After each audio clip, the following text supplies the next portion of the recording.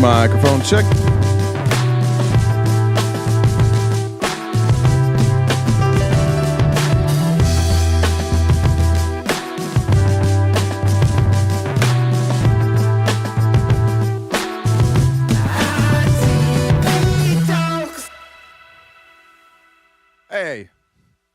Hey everybody, happy Monday. We're back. Some of you put in some serious work this weekend going out to protest. Well done, everybody. It didn't get better. It didn't get better over the weekend. And we're just going to acknowledge that. And we're going to move on, and we're going to see what we can do about this. It's good to see you guys all here though on this bright Monday. We're in this together, and it's going to be a ride. I'm going to get to the tariff stuff today. I'm going to get to a little bit about layoffs happening across the country. We're going to talk a little bit about the MAGA bros who are starting to turn on Trump, turn on MAGA, and of course deportation. So we'll get to all that. But mostly, I just wanted to say to everybody that's here, everybody who's rolling in right now, thank you for being here. Thank you for continuing in the fight. The title of today's show, I think, is American Democracy versus MAGA Oligarchy, and it does feel like we're there, in that discussion now. And so happy to have you guys all here today. I did have a video this weekend that went a little bit viral, and I want to apologize to my mother for talking about having corn shoved up my ass. If any of you guys saw that, I didn't actually remember saying that on Friday, but I did say it, and so I apologize to my mom before we get going off that.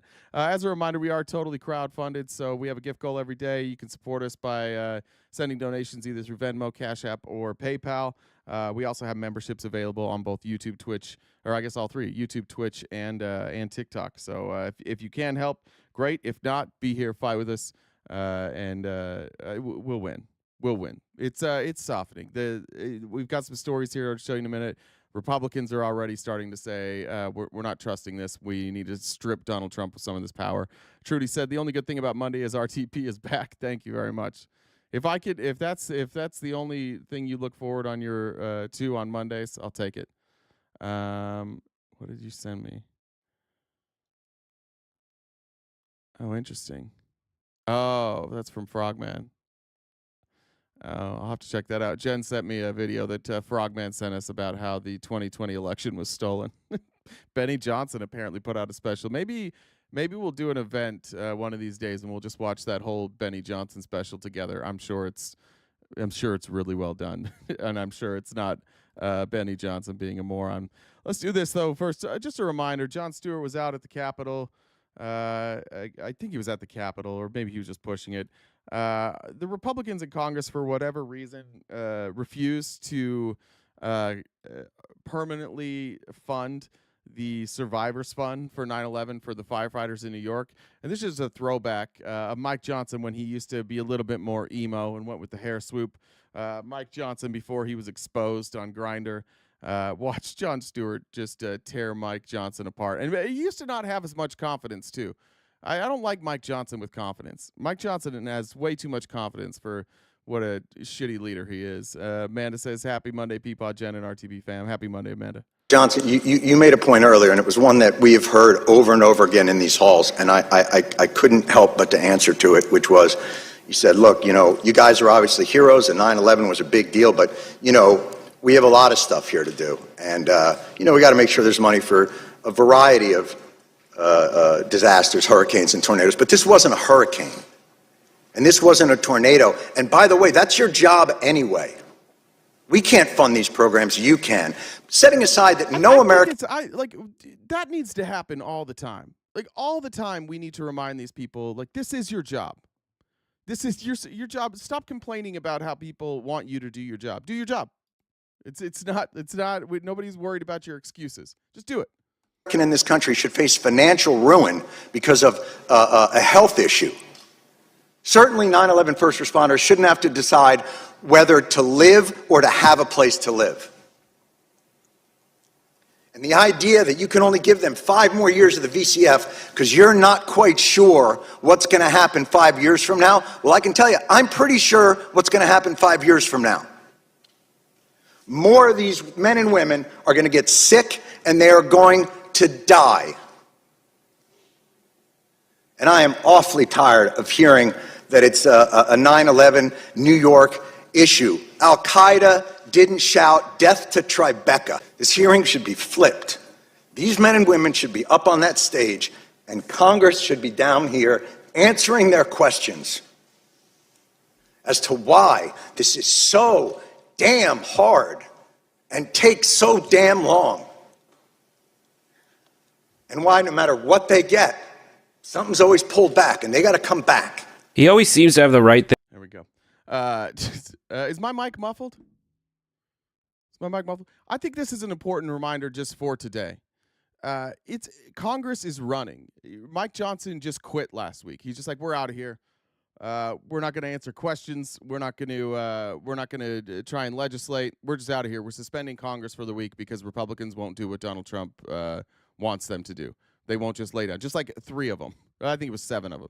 7 of them wouldn't do what Donald Trump wants to do, and so we're just quitting. It's an important message. I think it's a message that was sent loud and clear this weekend, too. Johnny says, balls. My mic volume is low. How's that? Is that better? How's the mic volume there? Very quiet compared to the video. There's something up with that. I don't know. For whatever reason, this mixer doesn't work super well. Let me see. This mixer doesn't seem to like fix the desktop audio very well.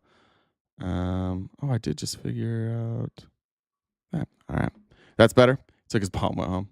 That's as high as I can get. I can get it closer to my mouth. I can talk a little bit louder. That's as much as I can do. All right, Elon Musk, who is now clearly been told by the investors of Tesla, come home and we're gonna cover, like, we're gonna be careful with your messaging. He went on and he went and did an interview with an Italian news station. And this is just an edit of some of the clips from Elon this week or this weekend. I want to say this. Obviously, this is a man who has changed his tone.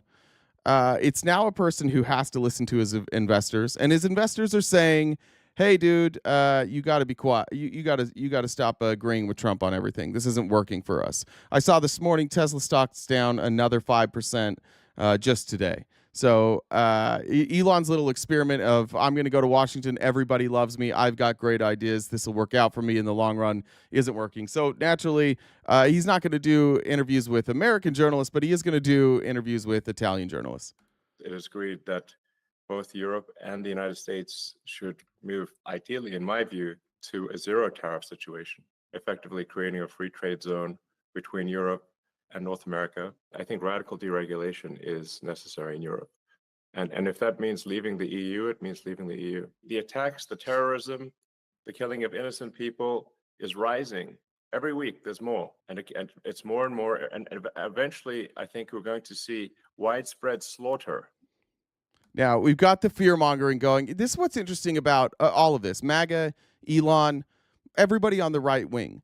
We already did what he's talking about. They already did this in England. They did Brexit. It was a nightmare.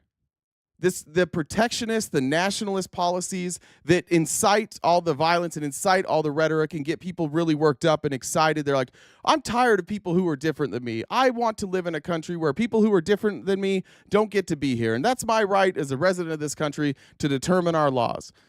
And Brexit was a complete and total disaster. When you isolate yourself from the rest of the world, it doesn't go well. It never has.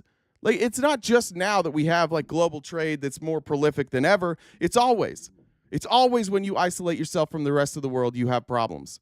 And so now Elon can't even get it through over here in America now. Now he's going over to Europe and he's like, hey, you guys got to do the same thing. Look how well this worked out for us in America. You guys should follow the lead. Devin said was on vacation and missed every show last week. Glad to be back. Glad to have you back, Devin. Austin Sophia said, where's the hat you promised to show last Friday? Happy Monday, though. We missed you on the weekend. Fuck, my bad. I will get it out after the show, and I'll have it by the desk for tomorrow to show you guys. My bad, Sophia. I love you. It's very difficult to reduce the size of the bureaucracy and government spending. It comes with immense opposition, even when the things that we are cutting make no sense at all. It's Somebody should just clip that and play it forever for Doge. It's hard to do, especially when the cuts you're making make no sense at all. Still gets a lot of opposition, and but we're very transparent with the Department of Government Efficiency. So any action that we make, we post on the Doge.gov website and we post on our X account. So it's extreme transparency, but nonetheless, we get accused of all sorts of things, but we are extremely transparent, and we're only cutting the most obvious, terrible expenses that make no sense. All right, that's where I wanted to cut that. But he's now like trying to whitewash this everywhere else. There is no transparency. There is no transparency to any of these Doge cuts, and he doesn't have like the charisma to pull it off like Trump. Like Trump can pull it off. He'll lie right to your face, and you're like, "Wow, man, he's saying it so confidently. It must be true." Elon doesn't have the charisma for that. That's our background today, by the way. Patriotism means to stand with the country. It does not mean to stand with the president, former president Theodore Roosevelt. There was one more clip that I just wanted to show you. It was actually this one. Jen, that was clip number 3 that I showed. I'm going to clip number 2 now. I accidentally clicked on the wrong one, I think. Is this the right one? Okay, so there's two clips here. In the first clip, you're going to have Elon talking about the insanity of mass migration, and then and then in the next clip, we're reversing course. The point in showing you these clips is that these are allegedly very intelligent people who don't understand the impact of what they do, and they don't understand how often they take two sides of the same argument. Yes, the mass immigration is insane and will lead to the destruction of any country that allows unfettered mass immigration. That country will simply cease to exist. At the end of the day, it is a numbers game, a numbers situation. See, that doesn't make sense, though, right? Like a country doesn't cease to exist because you have mass migration. And what he said, it's a numbers game. It's a number of situations. No, it's not. They've run out of ways to explain away their desires to have an ethnostate. What we're talking about here is just like anti-Islamic rhetoric or anti-immigrant rhetoric. And they don't even have like a good reasoning. That's why it sounds brain dead. Like people believe Elon because Elon has a lot of money. And so when he says things like, if you have mass migration, your country will cease to exist. I'm old enough to remember when I went to school, and I remember that there was just a handful of people that came to America. And since 1776 until now, we've had mass migration, and our country is still here. Some would say more powerful than ever. And I'm hopeful, for example, with the tariffs, that at the end of the day, I hope it is agreed that both Europe and the United States should move, ideally, in my view, to a zero tariff situation, effectively creating a free trade zone between Europe and North America. So what's the solution? What's the solution to these problems for free trade? Because on the one hand, we want to be protectionist, so we don't want to let Muslims into our country, or in this case, South Americans or Central Americans into our country. On the other hand, we desperately need international trade. We desperately need global trade because our countries in isolation can't do it. So now Elon's just like, you know what we really ought to do? Here's the plan. Let's just have all the white countries trade with each other. Why is it a problem to have global trade with the global South? Why is it a problem to have global trade with Asian countries? But it's a solution to have global trade with Europe. I wonder why that might be. He's just trying to expand that ethnostate. Like the ethnostate argument's not working here in America, so he's like, oh, it can't be me. I can't be wrong here. So let's just expand the size of our ethnostate and make sure we have white trade on white trade or Western trade with Western trade. But we're not going to elevate any of these other countries. That would be that's what I hope occurs. And also more freedom of people to move between Europe and North America, if they wish. If they wish to work in Europe or wish to work in America, they should be allowed to do so, in my view. Oh, just move right. That's very libertarian of him, by the way. That's a libertarian point of view. No borders. You should just be able to go. So that has certainly been my advice to the president. Europe's not a country. Look at all the white nationalists in here. What do you mean a white country? You know exactly what I mean. You know exactly what I mean. Like it's funny. These guys will advocate for an ethnostate, and then the lack of an ethnostate. Like you'll be like, oh well, we don't have an ethnostate. Yeah, no shit. Yeah, no shit. We don't have an ethnostate. We don't have an ethnostate because we stopped listening to nonsense like this. And nobody ever just comes up. No, if Elon went up on an interview and he said, "I want an ethnostate," nobody would listen to him. This is the rhetoric that builds an ethnostate. Slowly but surely, you start getting rid of people that you don't like, based on their religion, based on their skin color, based on their sexuality, whatever it might be. That's why he wants to do this. He wants to take places where he's comfortable that are predominantly white, and he wants to only do trade with them. And then he's going to suggest that we continue to do the same policies that Trump is doing now, where we're deporting people. A new report came out today. 75% of the people that we've put in the El Salvadorian prisons, we don't have evidence that they are members of gangs. I don't know what the number is. I don't know what percentage of those people are in gangs, but 75% of them, we've seen no evidence that they are members of gangs. How many of those people are white? How many? I think it's zero. I don't think anybody. So you guys can play your semantics. You can do this thing like where you try and like reverse engineer racism when people use generic terms like predominantly white countries. You can do that all you want, but you want the ethnostate too. The real question is, why do you guys always have to hide your plans? If your ideas are so fucking good, if ethnostates are so valuable and so warranted, why do you guys always have to lie about it? Why do you always have to lie about what your plans are? You know what the plan is. You watch enough Nick Fuentes. You watch enough of these guys behind closed doors. You watch enough of Matt Walsh. You know what the plan is. It's just that none of you are willing to say it publicly. That's all. That's what it really boils down to. Publicly, you guys pretend it's about something else. Privately, we all know what it's about. We all know it's about creating an ethnostate. I think that was the end right there. All right.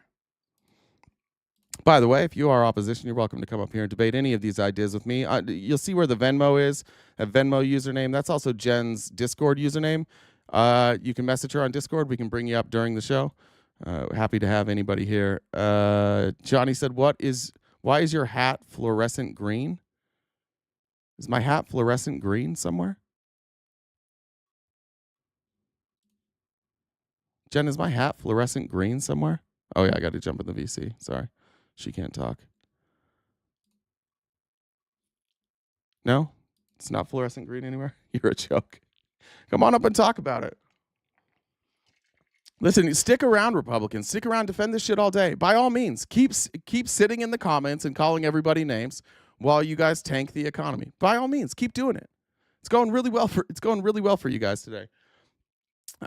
Here's Jesse Waters. Jesse Waters feels for Elon Musk today. So Jesse Waters did some very important journalism this weekend. It's called Being a Creep. It's all Jesse Waters ever does. Jesse Waters just is a creep. If you have friends and family or anybody that you care about at all, keep them away from Jesse Waters. I think this guy, what's his name? Bill Burr? Yes. Okay. I don't know if that was material. What's his name? He's only one of like the most popular comedians on earth.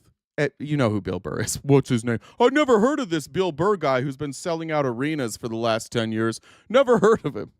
He's beloved by like everybody until he started talking about Trump, and now they're pretending they've never heard of him. He was doing the other day when he was making fun of conservatives. Maybe it was, let's just pretend it was real. He said Musk and his Doge boys were nerds who couldn't get girls when they were young. Mm-hmm. Now, I went and did a deep dive on the girls they were getting. Of course. Who was it? Here's somebody say, of course, here. The girls they were getting. Of course. Musk's girlfriend in college was very pretty. Very pretty. Which and she one? was thin, and she had a nice face, and she was very pretty. And then he had another girlfriend, and they ended up getting married together and having like 4 children. So he had never had a problem with getting girls. Yeah, well, first of all, that was after he left college, and he also had money there. But that's not the point. You can't do this. Jesse, you should have done a little more research. Because if you research Elon Musk and you know about his childhood and you know about his days in high school, he was picked on. And I think that that's a bad thing. And I think that like Bill Burr, maybe like in his joke, maybe it's not shaped the right way. But the reality is that so much of what we're seeing today, so many of these people who are elevated to the top of the right are just people who either were picked on or felt ostracized from society, and they got angry and they got a little bit racist and they got a lot of bit bigoted and they blamed all their problems on other people and they became who they are. That's Elon Musk. Elon Musk did not have like a childhood where he was not picked on. You can read his dad's book. You can read biographies on Elon Musk. He was picked on. That's wrong. But this idea that that Bill Burr can't make jokes about this now, and that we can't point out the fact that all these people with Doge and all these people surrounding themselves with Elon are just people who are blaming their problems on everybody else. They blame our debt on wokeism. They blame our crime on immigrants. They will blame anything but themselves. They will blame anything but the people that were actually in power. They will do anything but blame massive corporations and senators and congressmen who are just taking handout after handout. They won't blame any of that. But Jesse Waters is like, hey, I had this opportunity to look into the Doge people and figure out where they came from, and instead I spent my whole time tracking down what their girlfriends looked like. That's what I did because I'm a creep. That's what I'm here to talk about tonight. He did fine. It's Burr, and I did a deep dive on Burr. Just going to leave it like that. Okay. Yeah. Burr has a beautiful wife. He does not have like a million baby mamas running around that he's just finding on Twitter and making children with. Burr's doing great. What did you just send me there, Jen? Oh. Johnny, apparently we need your vision checked because my hat is not green. That's weird, though. I mean, I do have a green screen behind me. It could be very green normally. All right, here's Tommy Tuberville. Tommy Tuberville doesn't understand economics, so he's not going to talk about it. Tommy Tuberville is good at like 3 things, and one of those things is lying to you about the dangers of trans people. Here's Tommy Tuberville this weekend telling us all about what we really shouldn't care about the stock market. We really shouldn't care about these massive layoffs. We really shouldn't care about an impending war with Iran. Here's what we should worry about. Why don't you give me a chance? That's exactly what's going to happen. Jackie, we have entire men's teams across this country now that are turning trans. Yeah. Where? Yeah, that's right. Where are entire teams turning trans? Just out of curiosity. Women's teams, they're turning trans, and that's going to be a situation where it's going to pick up speed because these woke globalists are pushing these kids to say, if you can't compete in men's sports, let's just transition and say you're a woman and participate in women's sports. It is dead wrong, and we've got to stand up against it. But the Democrats, they're all in.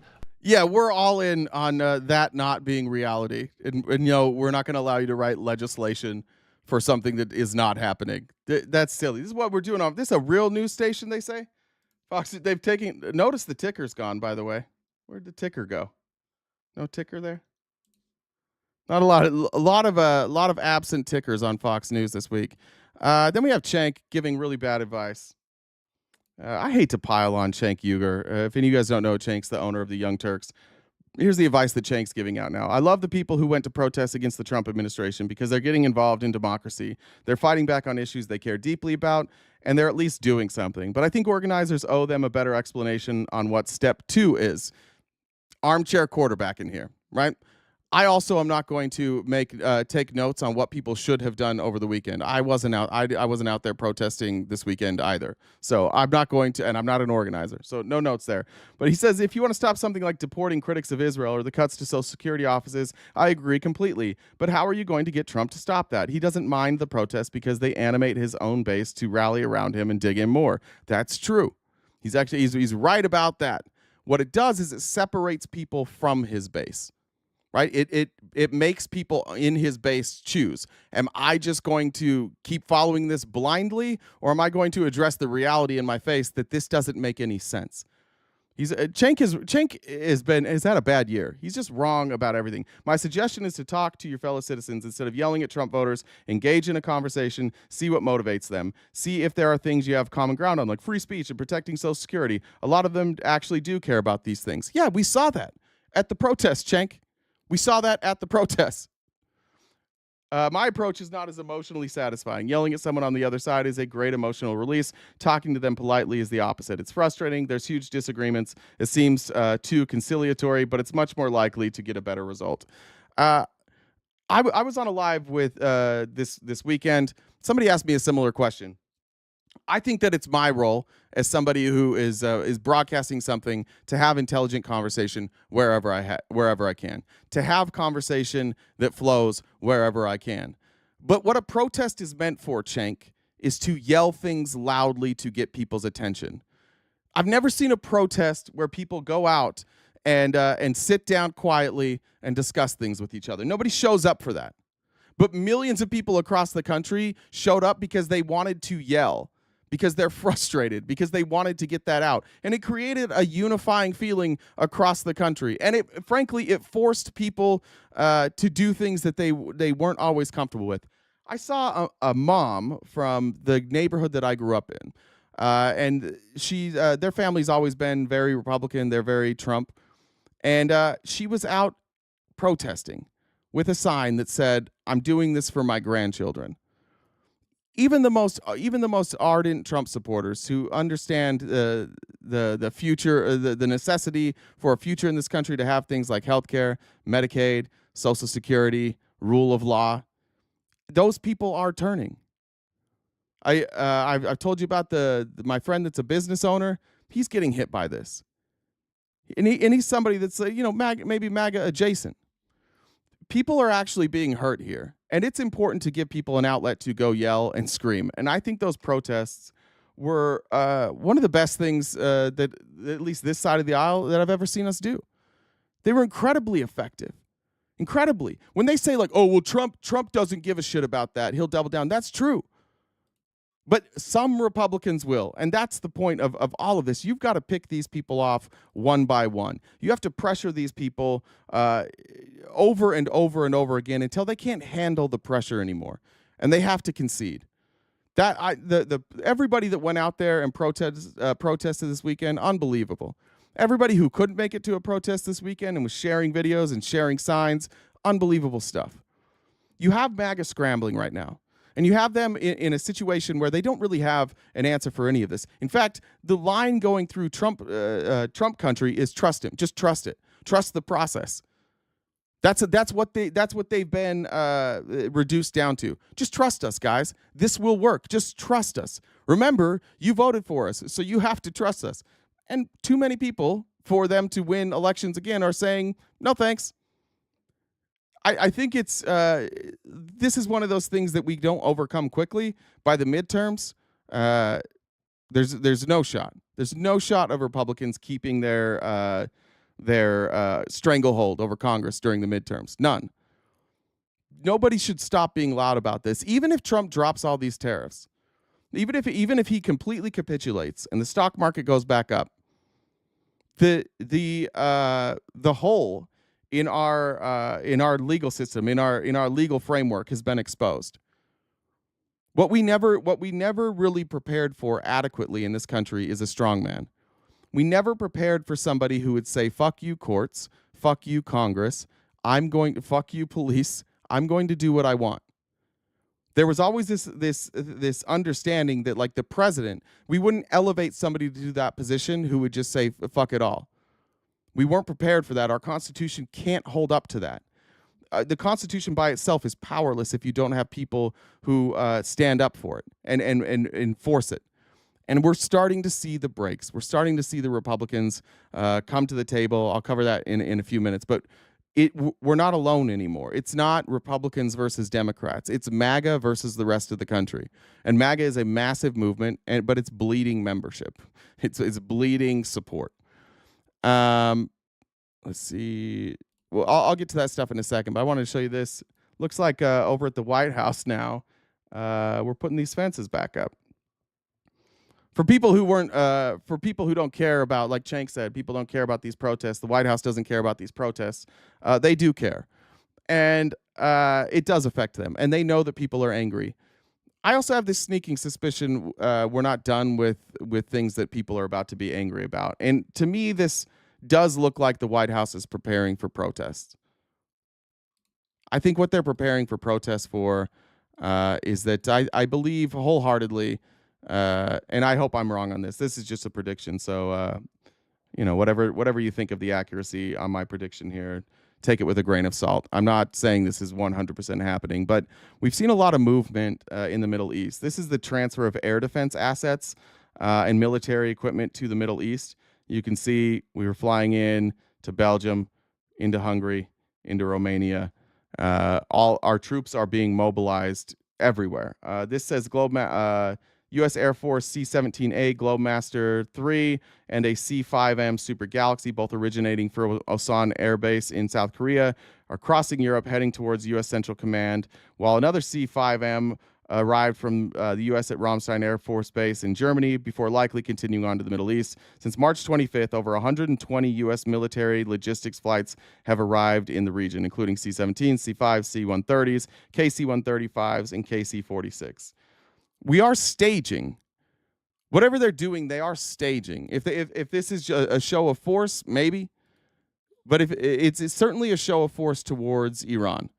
I think that there's a good argument to be made here that the only way to get out of this tariff mess, and maybe it's planned or maybe this is reactionary, the only way Trump's going to be able to get out of this mess is to go to war and get people to try and line up behind him and line up behind American patriotism and go to war. Shit, that was loud. I'm going to turn off that volume here, but this is a military plane. Just so you can see the video in the background. A total number of U.S. forces in the Middle East has now reached 300,000. I think it was 160,000 before, so we're almost double that now. Remember, no new wars guy, bring our troops home guy. We've already increased the number of troops in the Middle East by 140,000 people just in the last couple of weeks. And I do think that that's the exit. That's the way that Trump is going to try and spin this, I would guess. I think that we've seen escalating violence in the Middle East, and we're doing nothing but poking the bear over and over and over again. We're calling it overwhelming force to squash the enemy. But I've been around as long as many of you. Did this work in Iraq? Did it work in Afghanistan? Does this type of shit ever work, or does it lead us into a 20-year war? And what happened? What happened right before we went to war in Afghanistan or in Iraq? How was the approval rating of George Bush? How were we feeling about the economy? Not good. And then we went to war, and everybody kind of forgot about it for a little bit. And it artificially stimulates our economy because of military spending. That's the only way you can really get out of where we're at right now. You can increase taxes. You can try and cut spending and increase taxes if you want to pay down this debt, but you can't levy tariffs and cut taxes and then go to war and expect this debt to go away. It's not going anywhere. They just want you to forget about it. The truth is the Republicans have never cared about the debt. They still don't care about the debt.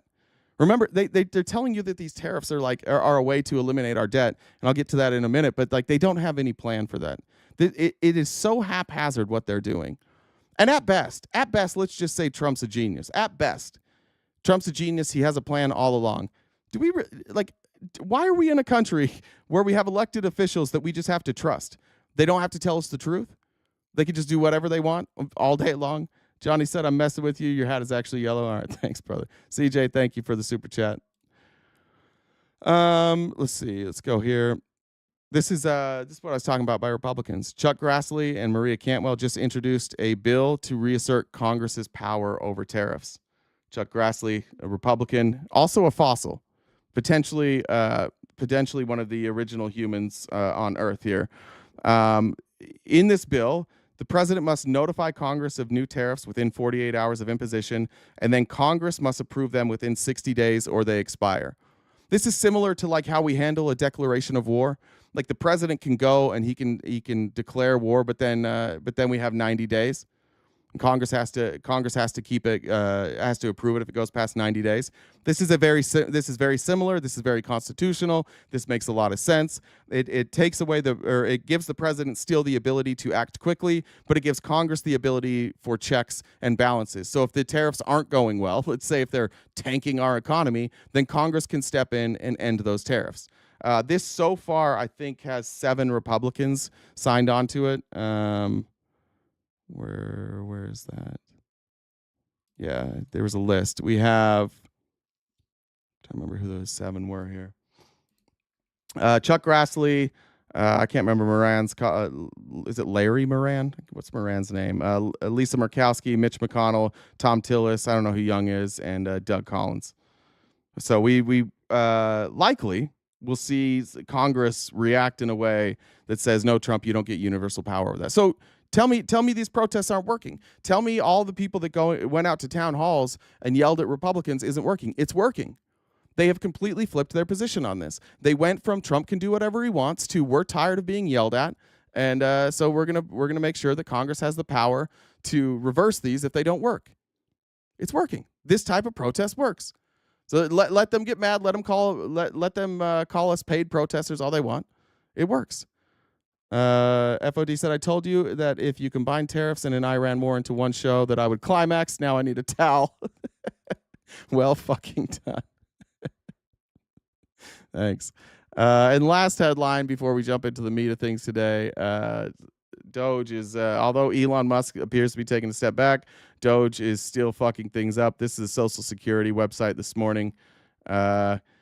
Online service not available. They put in new software. Remember, they were like, oh, our software is old and outdated and it doesn't work. And then they put in new software. And I think this is like the 10th time Social Security has crashed. So just a reminder, because we're not going to talk about Doge today.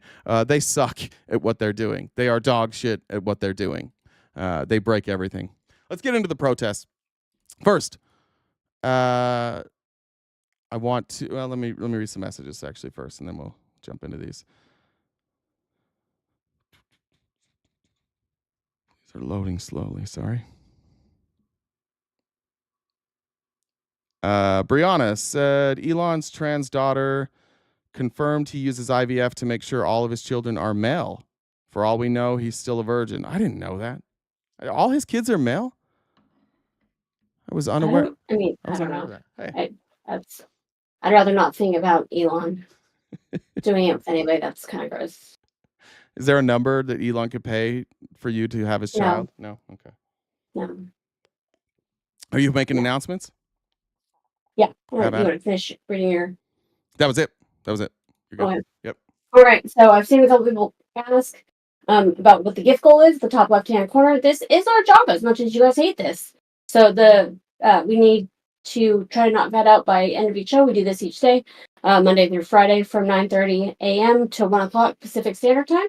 So we've got some more time to knock that out. So Venmo, Cash App, PayPal, Super Chats, all that go towards knocking out the rest of the balance of that gift goal.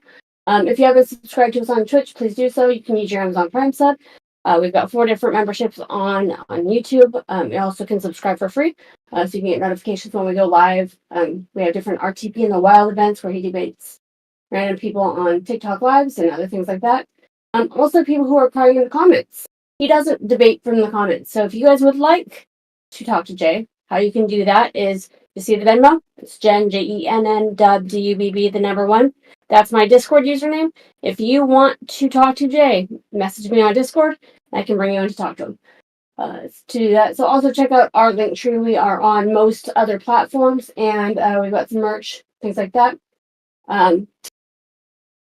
What do you call a person who doesn't own a phone?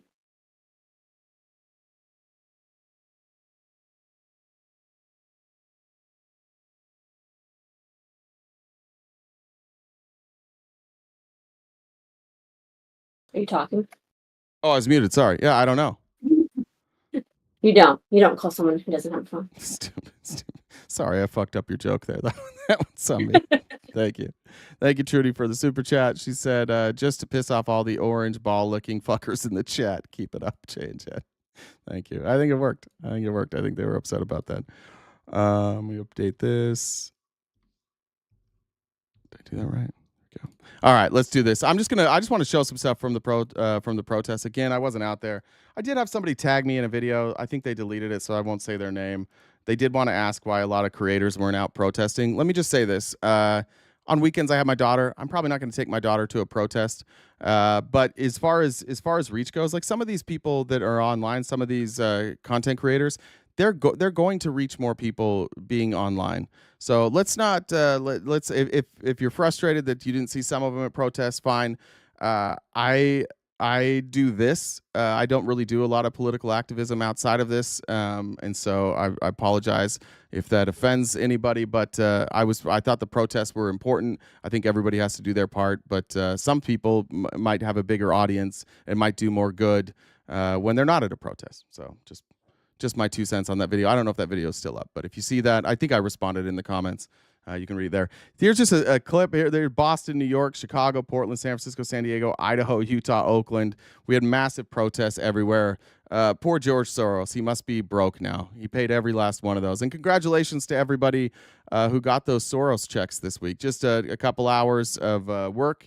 You got a big Soros check. I wanted to just show some of my favorite signs. Here was one that I liked. Same shit, different hat. Thought that was a good sign. Here's a thread of some of the best signs that we saw. You can't spell hatred without red hat. Elon can oligargle my nuts. I like that one. Tax the rich, not the penguins. Yeah, we got to free those penguins. Those penguins took a real hit this week. Make the asshole go away. Make America broke again. Honk if you never drunk texted war plans. The Turd Reich. Does this ass make my country look smaller? Dog tick, deer tick, lunatic. Know your parasites. All solid there. The estimates now are 2.5 to 3 million people that went out and protested this weekend. Here's a map of all the protests that happened. That's fucking crazy. I mean, that's. I guess in rural Nevada, things were quiet. In parts of Nebraska, things were quiet. This is insane, though. I mean, the entire country. There's not a state in the country that didn't have protests, and some of them like deeply red states. Like I mentioned before, my friends from Utah were out there protesting. Let's go here. Here's a crazy aerial view of Boston. This blew my mind. Let's see if we can get that to load. This is what it looked like in Boston. Here's a live look at Boston, Massachusetts now as we check back in on one of our top stories, anti-Trump protests taking place across the country today after a tumultuous week, to say the least, on Wall Street and the economy. We want to point out just a few minutes ago, we did show you a protest. I mean, we got an aerial view here. We can't even get close to fitting everybody in the aerial view. This isn't one of those things where you like take a selfie from a good angle and it looks like it's packed. It's you can't fake an aerial view. There's no way you can fake an aerial view like this.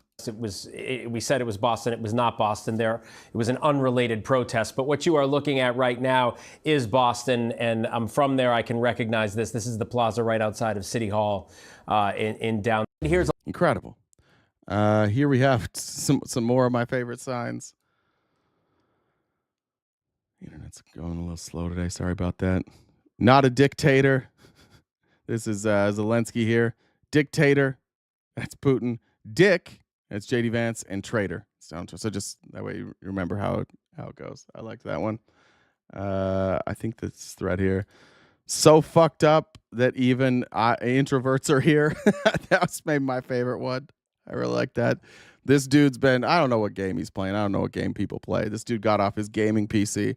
Reminds me of my brother, actually. Like, there are people that I've never talked politics with that I heard from this weekend, friends of mine that stay completely neutral when it comes to politics.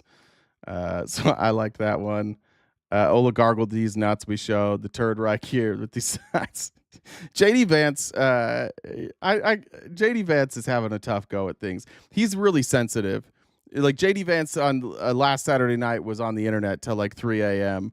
trying to argue with people. Our vice president. It's crazy that the three most powerful people probably in our country, and Trump, JD Vance, and Elon, how much time they spend arguing with people online, like just in Twitter comments. You would think they would have some stuff to do. They're eating the checks. They're eating the balances, like that one. These ads on Twitter are insane. Let's see if I had any other ones here. Here's a video in Georgia, red state Georgia, of course. Over 5,000 people here at this protest in Georgia, taking up this entire street.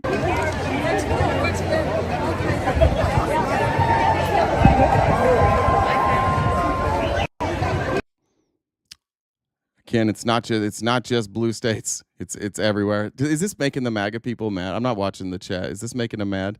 That was the whole point here. It's just to force them to sit here for a few minutes and explain why this many people are out in the streets. You guys, it's all George Soros. You guys just don't love America. Here is a video from New York, which you would expect big crowds in New York, but I don't know if anybody expected this. Look at the streets here. Again, it's hard to fake an aerial view like this. Look at the streets of New York.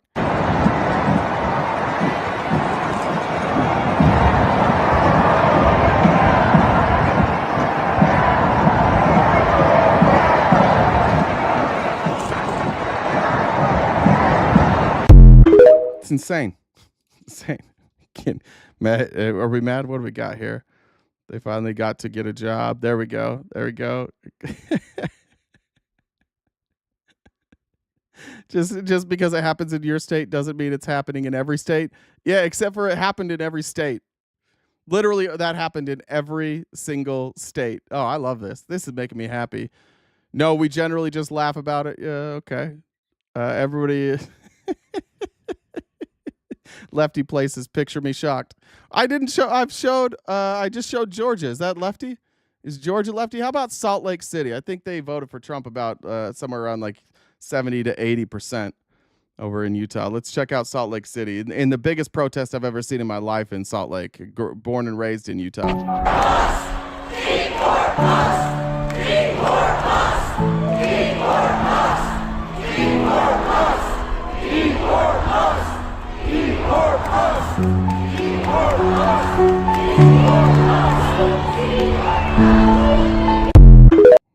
There's a red state there. How's that one? What's this one? Oh, that's the one I just showed. Yeah. I keep crying about it. Like, keep doing it. Just keep sitting there and saying that nobody's protesting and nobody cares. People fucking care. People really fucking care. Do you know how, like, protests aren't fun. It's not fun to go stand there with a sign. People aren't doing this because, like, there's nothing to do and they think, what if we all just stood together with a sign? People showed up because they care. That's the difference. This isn't just an activity where people happen to show up. They organize, they show up, and they're still doing it. And they're not going to stop doing it. And I'm like, this was one of those days, like, I felt proud to be an American this weekend. I did. We see this happen all over the world. When you have a strongman, a wannabe dictator, and we've lagged behind. You've seen it in Hungary, you've seen it in Turkey, you see it in Venezuela. You see it all. You see this all over the world when people stand up and they go to the streets and they protest. I was proud, and relatively violence-free. They weren't out there. You guys love to say, "Oh, what about the summer of love?" Well, what about this? We're going to talk about this. We're going to talk about how peaceful this one was. People care, and people wanted to be peaceful. People just want to go out and make their voice heard, and they want Republicans to be uncomfortable, which is exactly what you guys are today. You're all uncomfortable, and it's about to get a lot more uncomfortable for you guys. So stick around because this gets worse. We've now crashed the stock market. We now have massive layoffs across the country. According to I forgot the source on this one. I believe this was. I'm trying to remember who this was from. I remember the source from here. I can go find it in a minute. We've lost 275,000 jobs cut in the months of March. Highest number of layoffs since COVID. And COVID's not happening. This is a self-inflicted wound. You guys should talk. I mean, I know you guys think COVID was fake, but this is something that didn't need to happen. We didn't need to put tariffs on. They are accomplishing nothing. 275,000 jobs lost in the United States. He'll bring them back eventually, guys. Don't worry, he's going to bring them back. Of course, like all things, disproportionately, it's going to hurt poor people. Here's another example of our government cutting funding for poor people while they do nothing but help the richest among us. So this happened recently. The Trump administration just fired the entire staff of the energy assistance program LAHEAP, the low-income home energy assistance. Unemployment still at 4. What do you mean still at 4.1? What was unemployment when Biden left? Unemployment January 2025. It was like 3.8, wasn't it? Let's see. I was about 4. Okay, 4%. Yeah, it's a 4.1, little uptick. Yeah. Still, I thought he was going to fix that though. Like, wasn't he going to make that? But now you guys are bragging. It only went up a little bit. He's doing so great. It only went up a little bit. Program. They fired everybody. There's nobody left to do anything. Why does this matter? Well, LAHEAP provides financial support to over 6 million people across the country to offset high utility bills. With rising living costs, coupled with the effects of climate change, people are now more vulnerable to extreme weather, especially during the winter and summer months. Now, Now, I'm coming into Arizona, where a house, like my house, the utility bill, if you don't have solar, you're going to pay last summer, you'd pay between $600 and $700 a month for energy. And that's if you're just going to keep your house at 78 to 80 degrees.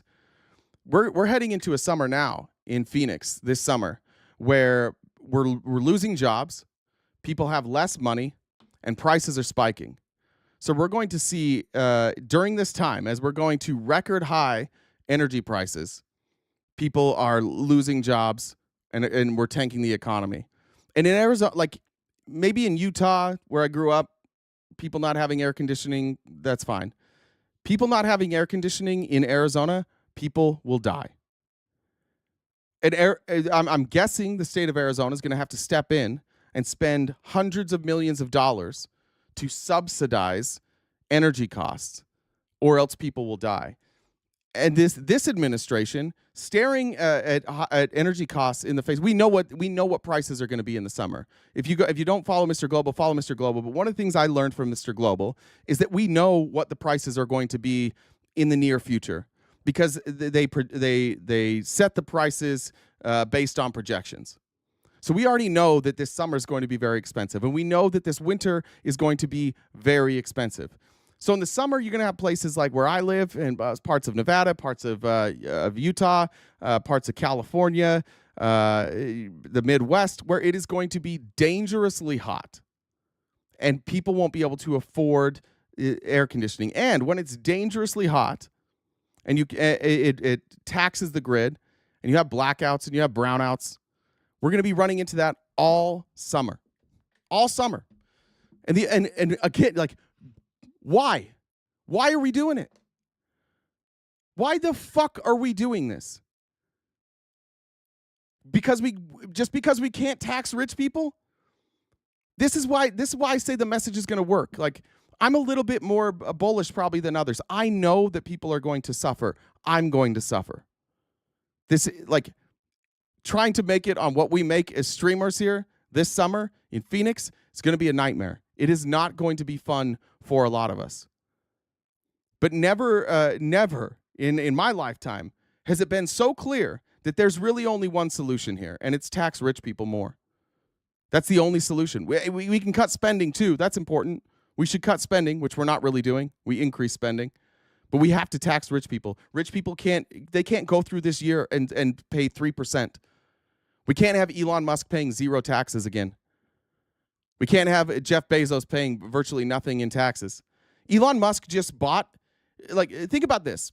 Elon Musk bought Twitter without money. He leveraged his Tesla stock to buy Twitter. And then Twitter was such a catastrophic failure, that he used one of his shell companies, XAI, to purchase Twitter, and now he's going to write that off as a loss, as a $10 billion loss, and he's going to use that as an offset on his taxes. So this guy just wanted to own a social media company just so that he could push his politics, and then he fucked it all up, and then he's going to use it as a tax write-off. He's going to use that loss as a tax write-off, a $10 billion loss. And you know what doesn't happen? His investors didn't actually lose money. That is an incredibly fucked up system.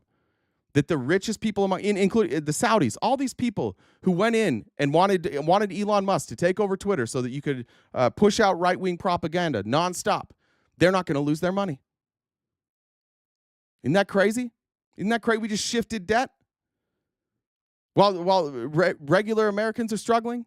People are seeing their 401ks wiped out right now. And yeah, I do think it'll bounce back. And you'll hear MAGA when it bounces back. They'll be like, see?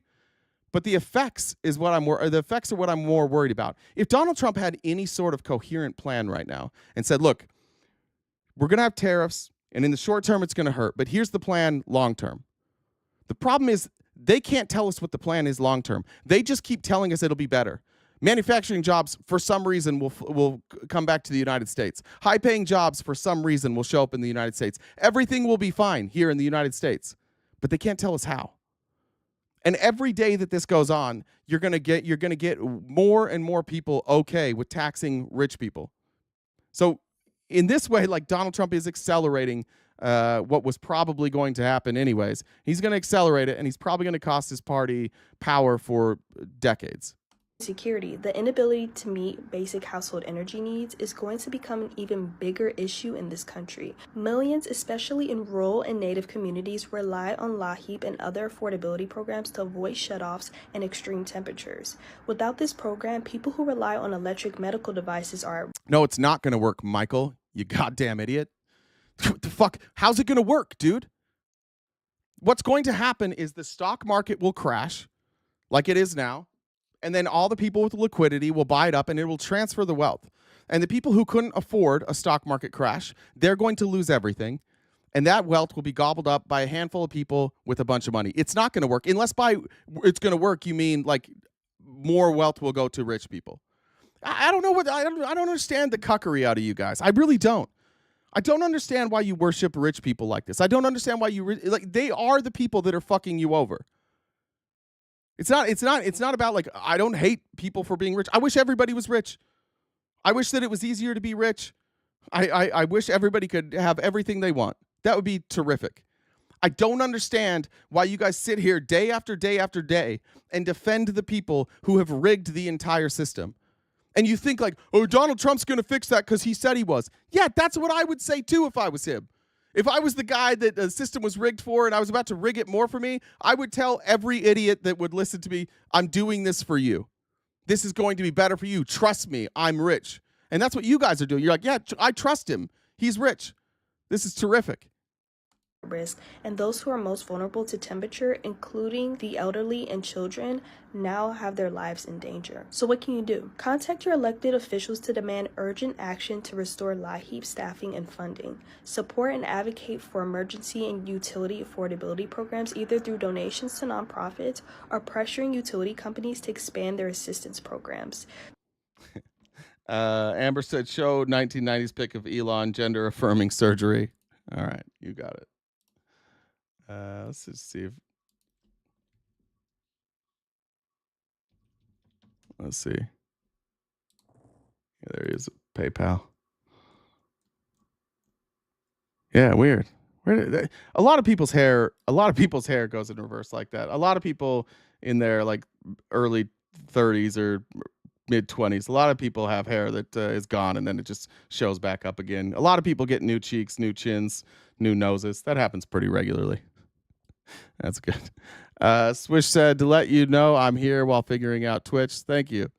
Good to have you, Swish. It was nice talking to you the other day on TikTok too. I really enjoyed that. All right. So energy prices are going to be a real problem. Reach out to your neighbors. Make sure you guys have a plan. If you're in a place where like Phoenix and things get out of control, make sure you have some sort of plan. And if you have the ability to help people, make sure that you're part of their plan. We're going to have to help each other a lot this summer. Here's former Treasury Secretary Larry Summers. He went on, what is it, Meet the Press this week? Is that ABC? Is that Meet the Press? This week with ABC. Listen to Larry Summers. This is again. These are the people that make high level decisions. These are the people that like a guy like Larry Summers, like he's worried, or he cares more about rich people too. He's part of the reason that we have this imbalance. And even Larry Summers, like you'll never hear Larry Summers come out when something just benefits rich people. He'll stay quiet. But if something is going to decimate the economy, he'll come out and he'll talk about it. And that's what we have this week, is we have Larry Summers out here saying, like, this is too far even for me. Former Treasury Secretary Larry Summers now. Mr. Summers, thank you for joining us this morning. You just heard Mr. Hassel. Let's take each of the issues in turn. Number one, starting out with these predictions from many economists of higher inflation, lower growth going forward because of these tariffs. I think it's almost inevitable. This is the biggest self-inflicted wound we've put on our economy in history. We're increasing inflation because the prices are higher because of the tariffs. That gives people less spending power. That means fewer jobs. Markets are looking at all of that, and they think companies are going to be worth $5 trillion less than they thought before these tariffs started. And that's just the loss to companies. If you add in the loss to consumers, a reasonable estimate would probably be something like $30 trillion. How big is all of this in comparison? Here's a comparison for you, George. The loss to the economy is like if all oil prices doubled. If prices of gasoline went to $6 or $7 or something in that range. We've never seen anything like this before, and whether it's economic forecasts, whether it's the stock market, whether it's Democrats making the forecast, whether it's Republicans like Trump ally Ted Cruz making the forecast, there's no one virtually who doesn't work for the president who thinks this is a good idea. Yeah, I saw somebody in the part, like, they're only the globalists are mad about this. No, everybody is. People who can do math, people who don't enjoy being lied to, everybody's mad about this. The only ones that aren't mad about this are like the cucks here. And I don't know why you guys aren't mad. I don't know why, like, is it cool? Like, it's just like a cool thing. Like, we're tough. You guys remind me of one of the changes from Twitter since Elon took over is that I see a lot more videos of people fighting. And you see those videos sometimes where somebody just gets like KO'd. The one I was thinking of is like, there's this dude, I don't know what it is. There's like these two barriers, and there's like this frat boy that's like, come on, let's go, motherfucker. And he jumps over the barrier and he goes through the middle and he goes to the next barrier to fight. And he just gets rocked immediately, dropped, falls on his back, stumbles to get up. But he's so prideful. He doesn't want to admit, like, uh-oh, I'm in over my head. He goes back for more. And then he gets rocked again. And it's just rocked, like 4 or 5 times. And then finally people are like, bro, you just got to go. They just grab him and they move him. But he's just getting decked over and over and over and eating shit over and over and over again. That's you guys. You guys are here like, oh, we're really tough, man. And you're wobbling. I don't get it. I don't understand. I understand that you don't like lefties. I get it. And I know that this has been a war for you. And you make your happiness out of trolling libs online. That's fine. But that's who you are right now. There is nobody, 0 people outside of this administration who think this is a good idea. Every world leader. Where are the world leaders praising him? Where are they? Where are the financial leaders of this country praising him? Find me a person outside of Trump world who isn't like dyed in the wool MAGA. Just find me one. Find me one that is laying something and be like, this is actually really good. Nobody thinks this is good. Just you guys. And the only reason you think it's good is because you're being told it's good by the same people who go in and kiss Trump's ass every single day. But Howard Lutnick. You know what Howard Lutnick probably has? We want to look at it. Howard Lutnick, I'm certain, because of the type of business he runs, he's just an investor. He's a hedge fund. I think they have a hedge fund. They're investors. They're shorting the economy. They have short positions. This is great for them. While the economy tanks, this is how simple it is. You take a short position, and then you go in and you do things that tank the economy. And as the economy tanks, people with short positions get a bunch of wealth. And you and I can't do that. You and I can't, like, if we learned anything from 2008, there wasn't even a way to short the housing market. You couldn't even do it. And the reason nobody even thought about shorting the housing market is because nobody knew it was possible. They had to invent a way to short these housing bonds. And that's what all of these investors like Lutnick have done. They short the market. They recognize an overinflated market. They recognize that it's unsustainable. They recognize that it's going to crash. And so they set themselves up to capitalize on the crash. But the only way that they can set themselves up to capitalize on the crash is if the crash happens quickly. And you're up here like, these guys, so it's amazing. Dude, it's going to be so good when Howard Lutnick has more money. I can't wait, dude. I got posters of Howard Lutnick on my wall. I've got some Howard Lutnick autographed investor cards. I'm going to sell them on eBay. It's going to be fucking great when Howard Lutnick's worth more money. It's an intentional crash, and they're telling you that. Like, you know, if you're following MAGA, you know that the MAGA people that are going out there on TV, they're telling you, no, this had to come down. We had to crash the market. Why? Why did they have to crash the market? Did any of you have an answer to that question? When they say it was bloated, when they say it was unsustainable, why? Why was it bloated and unsustainable? Is it because of us? Is it because us, the retail investors, we made it bloated? Or is it possible, but these same people that are down here making decisions with Donald Trump at Mar-a-Lago, is it possible that they over-leveraged themselves with collateralized loan obligations? Is it possible that Tesla, despite being the lowest earning auto manufacturer, I think second lowest earning auto manufacturer in the country, is the most valuable auto manufacturer in the company or in the country by miles, like double and triple the stock of Ford and GM? Is it possible that that's what happened? That we allowed these people to rig our system and we allowed them to fuck with it so much to overinflate their value that it had to come crashing down? And is it possible that those same people, recognizing that it needed to come crashing down, wanted a parachute, and so their golden parachute was to give Donald Trump a bunch of money to help him win an election so that they could restructure their businesses and be ahead of the game and do insider trading so that as the nation crumbles, they get richer? Is it possible that that's what happened? How the fuck do they all know that? How do they all of a sudden know that the market was overinflated? How do they all of a sudden they're all saying it? How are they all on the same page? It's a rigged fucking game, and you gave it to somebody who not only understands that it's a rigged game, but wants to be part of that rigged game, who has never been part of the rigged game before, who's never had this access to money like he does before. You just have a greedy Donald Trump who is learning in real time how to manipulate markets, and he's just doing it. And you're here defending it for no fucking reason. Larry Summers just said it. It is the biggest self-inflicted wound, like economic self-inflicted wound in American history. It did not need to be done this way.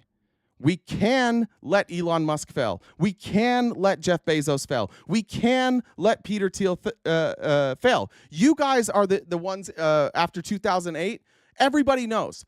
The biggest mistake we made in 2008 is we didn't let the banks fail. We bailed out the banks instead of the American people. And now you're cheerleading the exact thing that we did in 2008. You're sitting back, getting no benefit from this. You will be hurt. Wealth disparity, no matter whether you think it does or it doesn't, it hurts you. Wealth disparity makes everything more expensive. It makes your future less bright. It is not a good thing for you. You are the people sitting there in 2009. You are the Jim Cramers on TV like, hey, if we don't bail out the banks, we're fucked. And looking back, we didn't have to bail out the banks. We could have bailed out the homeowners, the people who were really hurt by this. We could have taken all that money we were going to bail banks out with. We could have given it to homeowners. Homeowners could have gotten current on their mortgages, and the market would have corrected. But instead of that, because the people in the room aren't the homeowners, the people in the room are the investors who feel like they have, for some reason, their fiduciary responsibility to their investors is far more important than homeowners. They got bailed out, and that's what you guys are advocating for right now, just so you know.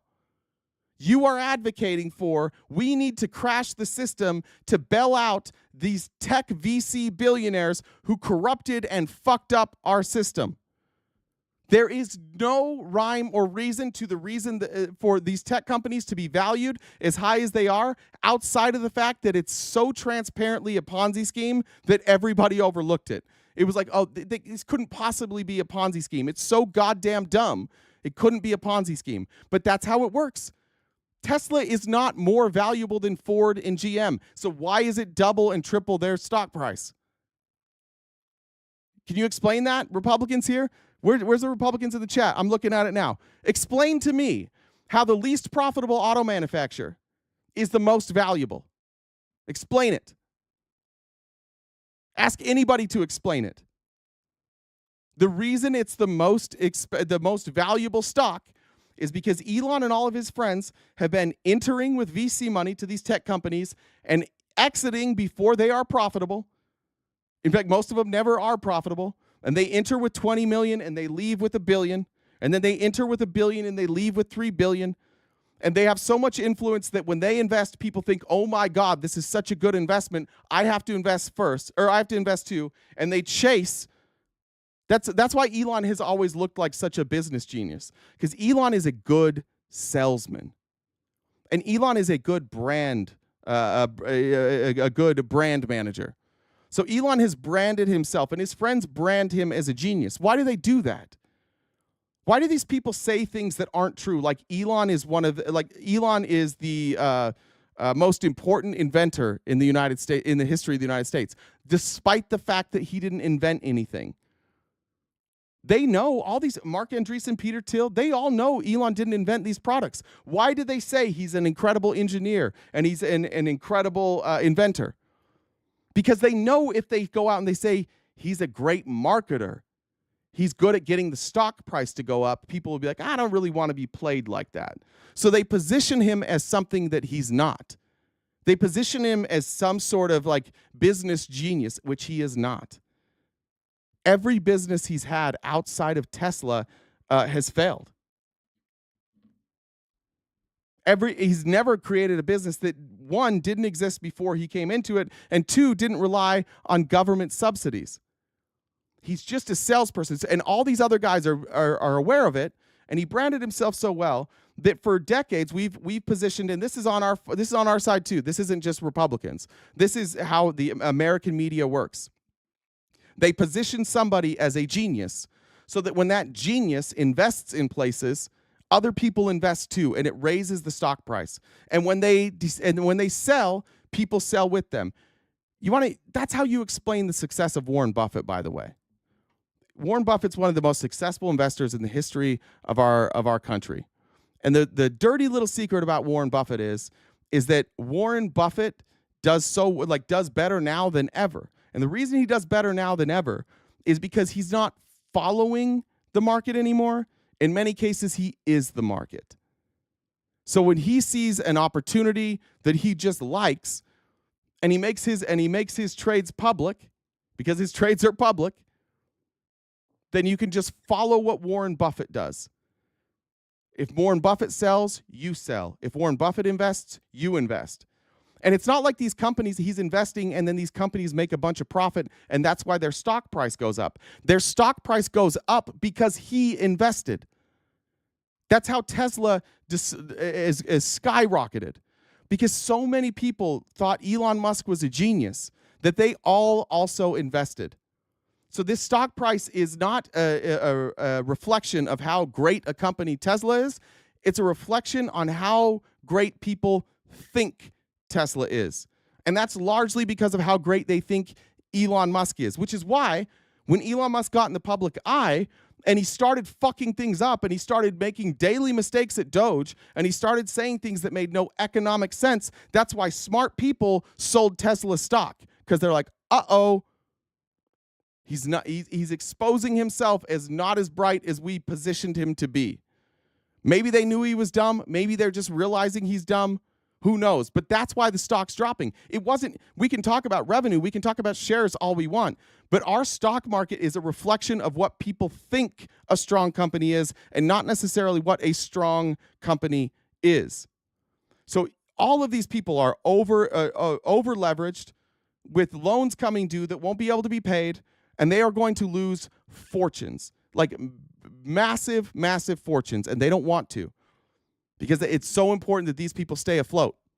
So right now, as you crash the economy And as these guys still can use stocks as leverage, and they have some liquidity, and they have access to lines of credit from banks, they're going to gobble up all the assets that everyday Americans are going to be forced to sell or panic sell.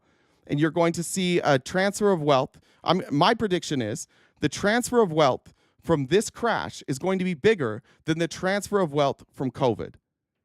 I think this will wind up being the greatest transfer of wealth in American history, and it didn't have to happen.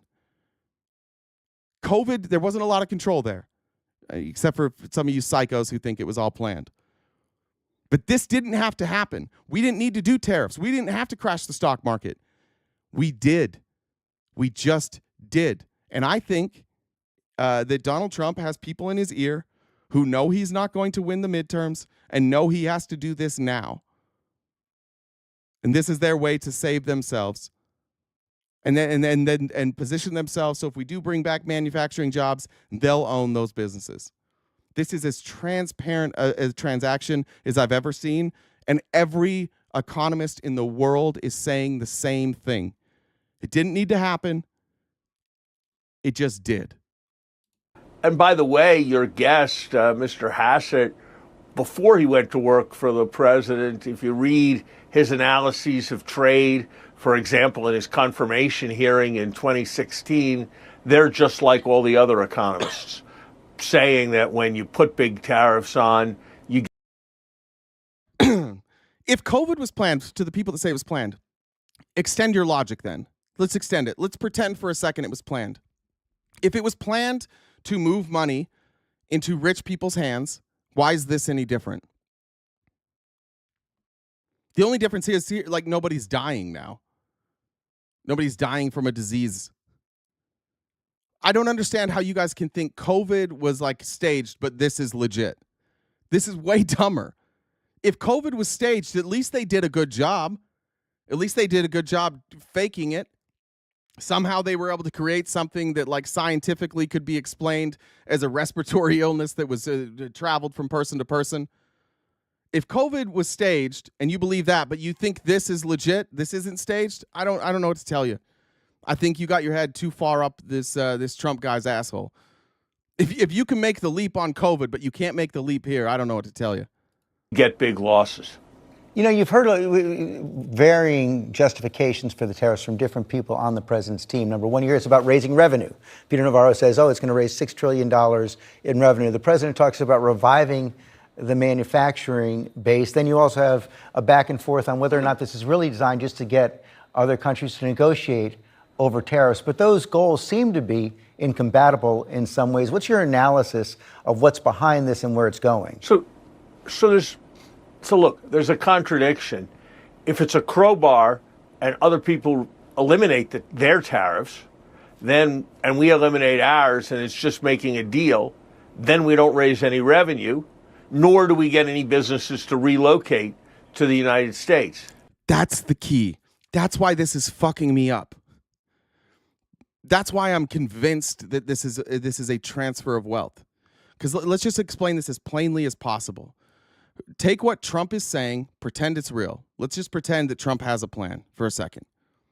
Trump said, what we're going to do is we are going to implement tariffs, and and that will make other countries pay us a bunch of money, billions, trillions of dollars, and that will pay off our national debt. Let's ignore the fact that those other countries don't pay tariffs. But let's just say that he's not lying about that he wants to use tariffs to pay off our national debt. Let's just pretend. Okay.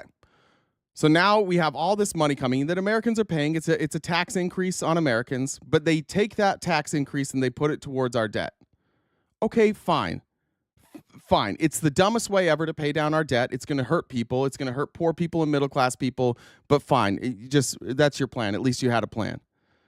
The problem is now they're talking about this being like they're talking out of both sides of their mouth. They're saying it's a tool for leverage, and that what Donald Trump is going to do is use these tariffs to get better business deals or get better trade deals with other countries. Okay. Well, if you negotiate better trade deals with other countries and you use leverage, use the tariffs as leverage, then you negotiate a deal and you get rid of the tariffs, then we lose the revenue that you were going to use to pay down our debt. And now that $1.9 trillion of deficit spending that included tariffs is going to explode. So he's either paying down the debt and we need to keep tariffs in place, or he's negotiating better trade deals, in which case the tariffs won't pay off our debt. It makes no fucking sense. And they know that. They know it doesn't make sense. So the question is, like, if I'm wrong, and maybe I'm wrong, what's the plan here? If this isn't about paying off debt, how does this work? How does this whole plan work? This is basic math, folks. This isn't complicated. It's not deep economics. If your plan was to use tariffs to pay off the debt, but then you use tariffs as a negotiating tool and you remove them, then you aren't bringing in tariff revenue. And at the same time, you've cut taxes for billionaires. It will explode the deficit. And by the way, don't let them tell you that, like, oh, you can just refinance this debt. That's really what we're doing. Then refinance the debt. Then if this is all to refinance the debt, refinance the fucking debt without the tariffs then. They're just giving you talking points that you will go and repeat in these lies like fucking sheep. And none of them make sense. When you put them together, none of it makes any sense. That's why zero economists are on the side of this administration. That's why the Cato Institute, that's why the Heritage Foundation, that's why Ben Shapiro, that's why Elon Musk, that's why multiple members of Republican Congress are like, no, this doesn't make sense, dude. We can do math.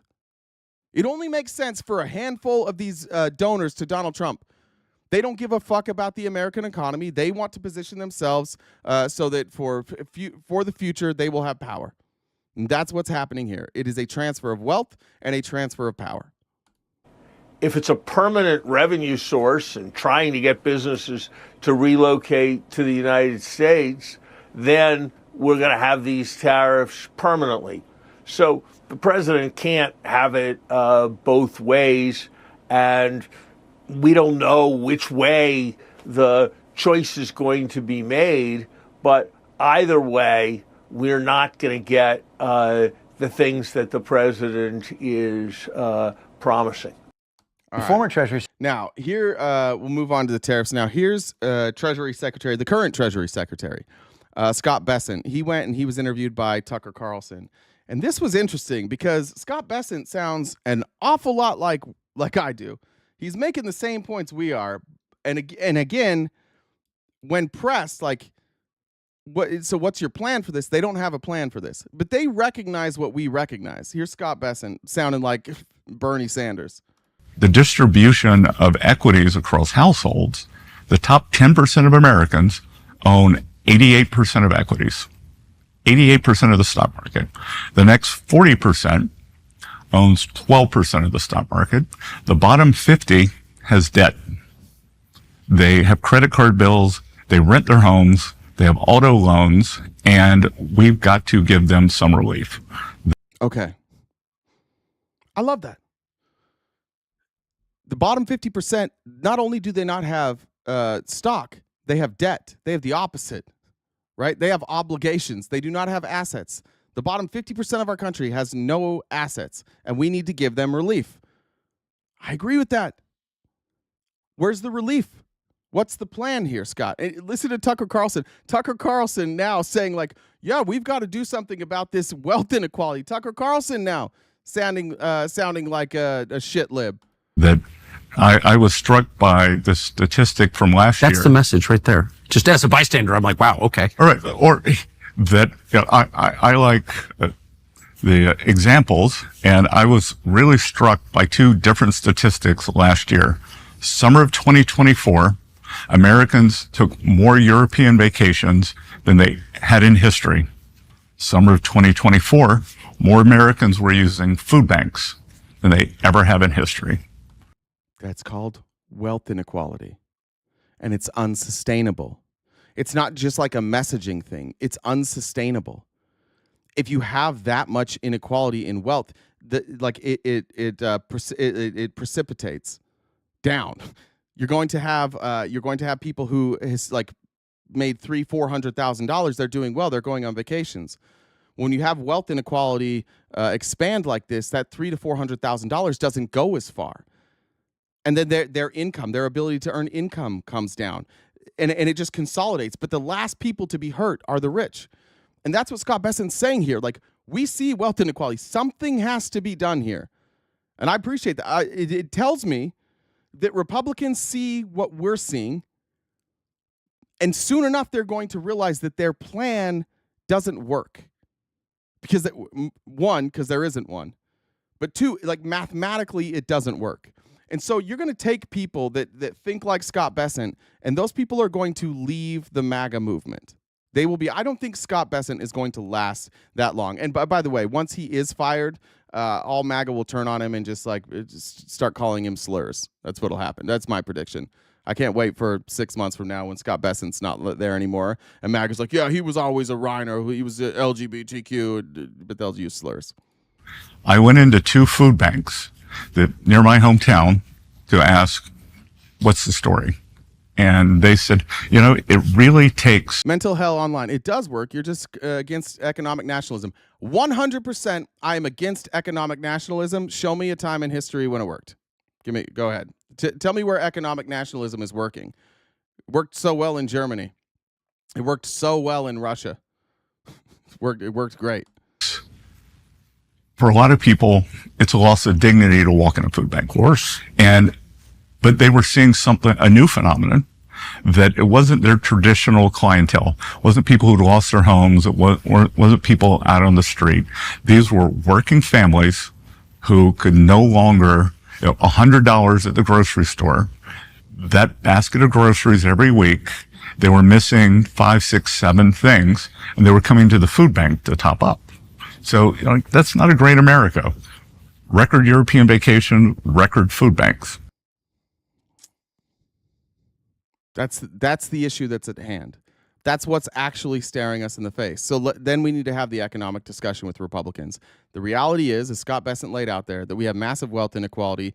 The bottom 50% have debt and no assets, and that is unsustainable. By the way, just so we're clear here, we are not going to call for violence or harm to Trump in this chat. Mods have been cool about it. None. There's zero tolerance for that. We're not going to do that stupid fucking meme that's going around. We're not going to go do that fucking cringe video where they're like, what do you want to happen in 2025? It's cringy. It's gross. It's stupid. It gets nothing done. I'll make a decision on my platform. We're not going to advocate that people be killed. Okay? So let's stop that shit. And if you want to do that, you're on our side of the aisle, you go somewhere else. You're not here. You don't stay here. I'm not going to do that. We're not going to advocate for violence. That will solve nothing. Just so we can have an idea. Do you understand what the fuck would happen in this country if Donald Trump were to be assassinated? Do you know how bad that would be for our country? It would put us in a civil war. And you've got a bunch of people in the military who are deathly loyal to Donald Trump. And it would further the divide. This is not, I don't think it's funny, frankly. I don't think it's funny. I don't think it's cute. I don't think it's clever. I think it's fucking cringe. I think it needs to go away immediately. All that shit, all that anger that you have boiled up, it does nothing.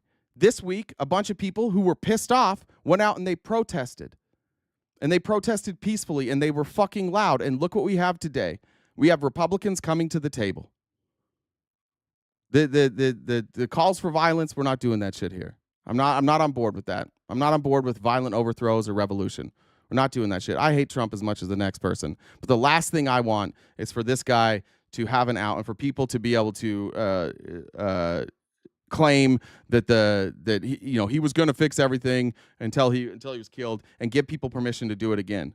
If we don't want our country to go down this road ever again, then we need to do it the right way. We need to do it by loudly protesting. We need to do it by going to the. We need to do it by going to the voter box, and then we need to hold our politicians accountable, and we need to make sure that they change our laws so this can never happen again. So you don't have a president who can come in and unilaterally make these changes. I know how good it sounds sometimes, and how it might feel to get some retribution, but if Donald Trump does this, and he oversteps like this, and then somebody else comes, let's say it's Gavin Newsom comes in, and then Gavin Newsom oversteps, then we've just created this pattern of overstepping with the executive branch that we will never recover from, and that just opens up the doors to a strongman.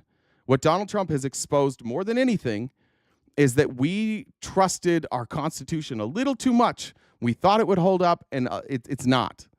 And so we have to fix that. But the calls for violence, that's not it, guys. That's not going to solve it. We talked about this on Friday. An author and journalist was among. But I wanted to play this video with Andrew Chang, just again to show that nothing they're doing makes sense, and the math that they're doing means nothing. So the stuff that you see MAGA putting out there, the stuff you hear Howard Lutnick repeating, the math ain't mathin', and even if the math was mathin', it doesn't say what they think it says, and they still don't have solutions. This is kind of a long video, but this is just explaining like the bizarre and frankly like idiotic way that they did the math here. It makes no sense. They created an equation that tells us nothing. It's just like it's a random numbers put together, and it literally tells us nothing. And then they rolled that out and lied to you guys, all you Republicans out here that have seen that chart that Trump was so proud of. They lied on that chart. That whole thing was they knew it was a lie. At least a few people who stumbled upon a very strange discovery yesterday about how the Trump administration went about calculating which countries should be hit with what reciprocal tariffs. It's so simple that it seemed improbable that they would have done it this way. I think initially my reaction was just like, no way. And then it was like, oh yes, way, of course. I'll show you the math trade experts say is so crude and misleading. The ones we spoke to all had the same reaction. The way they calculated this just simply doesn't make any sense. I'm surprised that they actually had a formula. It seemed like the tariffs were sort of random and plucked from air, and it wasn't clear what criteria one was going to use. Now, yesterday was a big day for Trump. Liberation Day. Sorry, I forgot to read comment real quick. Pink said, libraries are also used as cooling and heating centers. Use them as a backup if needed. Love you guys. That's good advice. Yeah, if you don't have the ability to stay warm or cool down, head to the public libraries. The announcement of universal and reciprocal tariffs against almost every single country on Earth. And the key prop of the afternoon was this chart.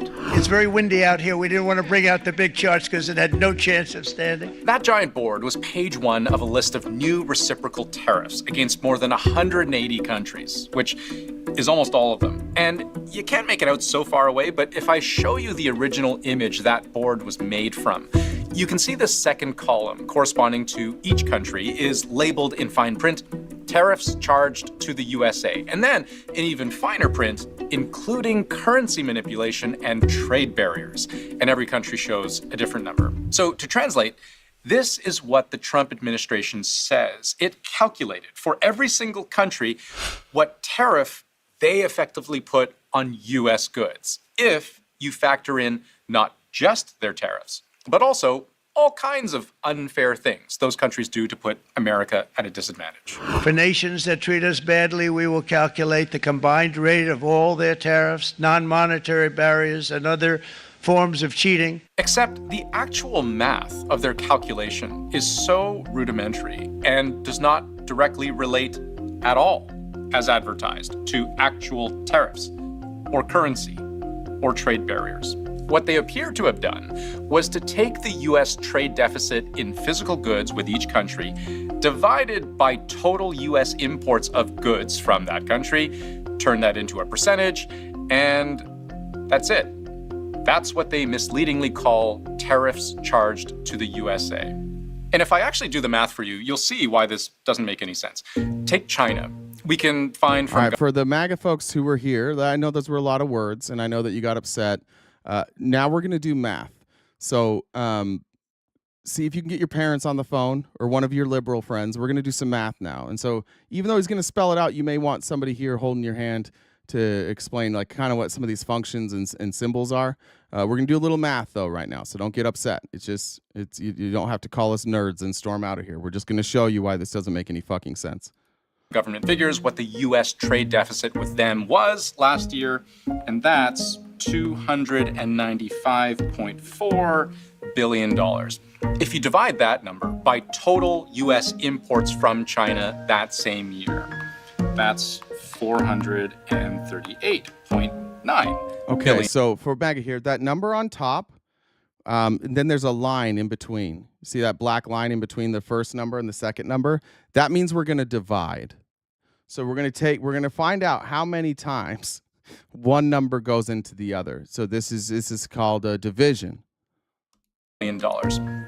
One number divided by the other, and what you get is 67.3%. And sure enough, it said 0.67, so you might be confused by that, but it's out of 1, right? So that's the percentage. 0.67 is the percentage. So you just move the decimal points over 2. That's why, in case you were wondering, MAGA, why that math didn't work, that's how you get a percentage. And so that's why the decimal point here moved over. So now that's how we got 67% of these numbers that don't correlate with each other at all. this is the tariff the Trump White House accuses China of charging. Problem is, this number is clearly not derived at all from any tariff China charges. The fact that we know now that it was a simple... So none of the tariffs that they told you were tariffs are actually tariffs. Isn't that crazy? Why? Now ask yourself, like, why are they lying to me? Just ask. Yeah, you don't have to believe me. Just if you have any self-respect at all, I would be asking myself, why did they lie? Why would they lie to me about this number? Division of two numbers is perhaps a bit embarrassing to the administration. Now, I've manually checked all 185 countries on this list. It took me about 3 hours. And every single tariff appeared to have been calculated this same way. The White House would eventually publish this explanation, where they show a more complicated looking formula, except we can break this down too. And this might be... this is the other part that was funny to me. Like, why didn't they just tell you? They showed that because none of you know what that means. But I don't know why they didn't just tell you, like, here's how we calculate.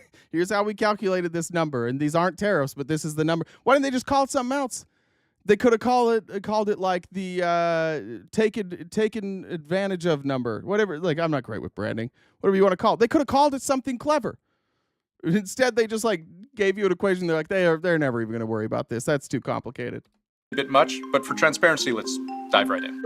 The effective tariff rate, that's this series of symbols and letters on the left, that's what they're trying to figure out for each country, right? And to get there, they take into account how sensitive customers are to higher prices and how likely... Someone just said Trump's our president for 4.5 more years. Yeah, I think that's kind of helping with the MAGA math here. I don't know who's going to tell him. Who's going to tell him? Prices are to increase, which they set at 4 and 0.25, respectively. But multiply them, and they effectively cancel each other out to equal simply 1. And we know that multiplying anything by 1 does nothing. So, you see what they do? Not only did they lie to you, they gave you this equation that you wouldn't check, and then the equation is just far more complicated than it really is, so that it looks like they're doing real math here. What's 4 times 0.25? 1. Why didn't you just choose 1? A quarter of 4 is always going to be 1. It really is like they just knew. They just knew you weren't going to do it. They just knew you weren't going to check the math. They've been around you guys long enough. They know that you just trust them. And so they did this. That up and you're left with something a lot more straightforward, where X is defined as total goods exports, M is total goods imports. Subtract one from the other, that's what a trade imbalance in goods is. And if it's a deficit, that divided by total imports is basically what we said from the start. It doesn't even attempt to measure what those tariffs are. They're not measuring other countries' tariffs. It's not measuring other countries' non-tariff measures. It's not even measuring currency manipulation. It's just taking the trade deficit as an ipso facto reflection of those things. Now, the thing is, if you really think about it, so let's say if they lied about what the math found. They gave you a confusing equation to try and hide what they were doing. And then when we find out what they're doing, it doesn't make any fucking sense. Why? Why can nobody do math? Why are they going through all of this? Why this whole dog and pony show? What's the point? Why lie that they're tariffs? Why lie about the math equation? And then why put it out on a chart and have your guy out there be like, these are the tariffs? Why? Because they think you're that dumb, I think. That's got to be it, right? What's a better, where's my MAGA folks? Like, what's a better reason for why they're lying to you about this? And I know you want to play whataboutism and you're going to be like, well, why do Democrats lie? But don't do that. Be an adult for a second. And I'm happy if any of you want to come up. I'll explain. You can ask me anytime a Democrat lied. I'll tell you why I think they lied. I just want to ask the question here. Why did they lie to you? Why? 27% approval rating. Obama said you could keep his doctor. Yeah, but why'd they lie to you? Why did they lie? None of you are asking yourself that question? I think that's bizarre. That's the question I'd be asking. I've asked myself about Obama saying, why could we keep our doctors? I've gone through that. I'm like, man, what happened there? Ask yourself this question, though. Why are they lying about this? Can kind of understand why the US government would see their math as some kind of approximation for how unfair each country is being. Because mathematically, what you're doing when you take a trade deficit divided by total imports is you're measuring what percentage of what that country sells to you goes unmatched by what you sell to them. That's what a trade deficit is. How much more they sell to you than you sell to them. But it's not necessarily a bad thing. Just to use an analogy, like we as households. Because they're all politicians. No, try again. Ask the real question.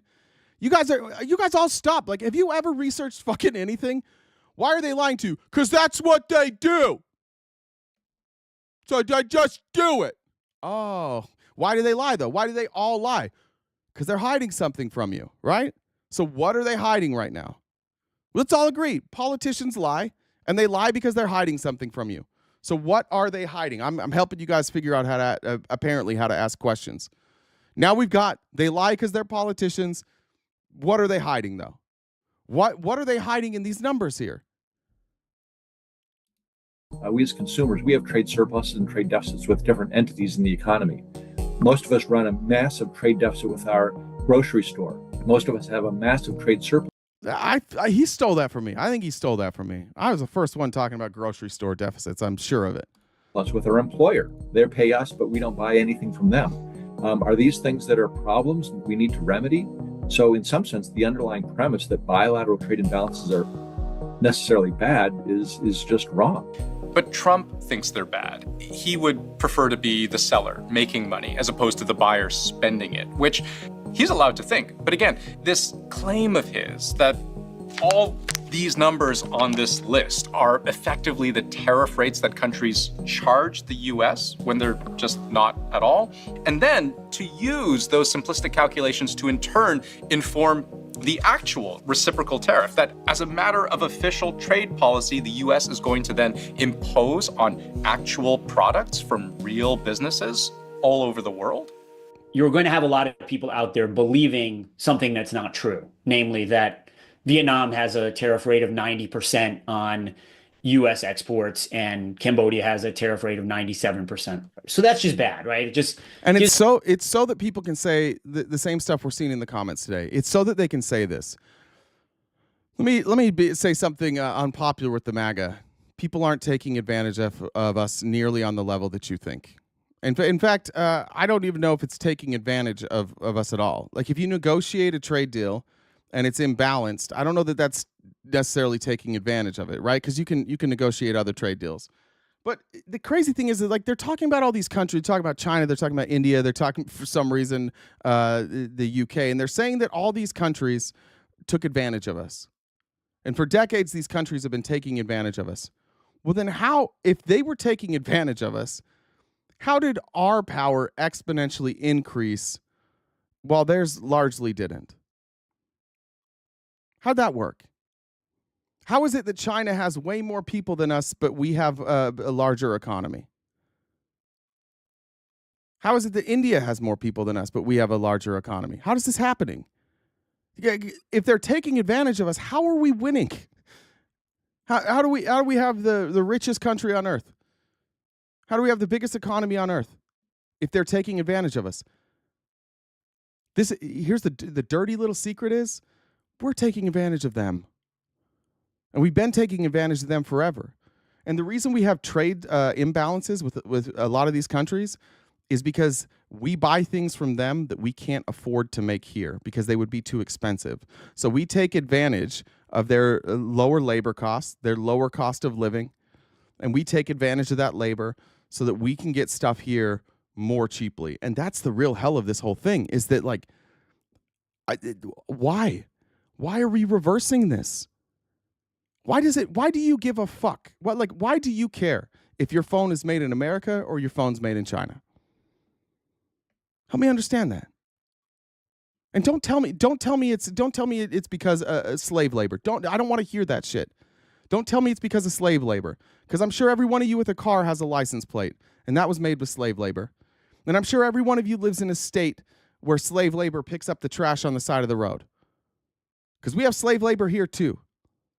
And the idea of, or the amount of slave labor that we are told happens in China and the amount of slave labor that actually happens in China are two very different numbers. And China has come a long way. China's actually improving, and we're the ones that are going backwards. We're the ones like, let's go back. Let's go back. We want to be who China was 15 years ago. Make that make any sense? I'm tired of, like, this performative bullshit. Like, you guys don't care about labor laws in China. You don't. Nobody does. Frankly, none of us care enough about it to do anything about it. Let's be honest. But to move that manufacturing here, for what reason? Why do we want more manufacturing jobs here? Nobody wants to work manufacturing jobs. There's 8 million jobs that are unfilled. We're removing workers all over the place. We don't need more jobs. Like, that's not what we need. If these companies can come here and manufacture a good for the same price or close to the same price, and they can do it more ethically, I'm on board for that. But if these countries that we're putting tariffs on, like, a lot of them, they have no ethical problems with the way that they produce goods. Many of these places we're putting tariffs on, it's not like there's slave labor there. It's just that they might have access to different resources. That particular part of the economy might be more built up than us. It could be a place that's more rural. And so the cost of goods and the cost of labor is less. None of this makes any sense unless you're trying to consolidate power into the hands of a few people, in which case it makes perfect sense, in which case it's an exact replica of what Russia did. I don't want to be Russia. You guys want to be Russia? You want to have, like, 12 people own all the wealth? You don't even own your own home? No real, like, economic mobility? You're just a worker bee the rest of your life? That's what they're advocating for. They just want more workers. They want more people trapped in a dead-end job.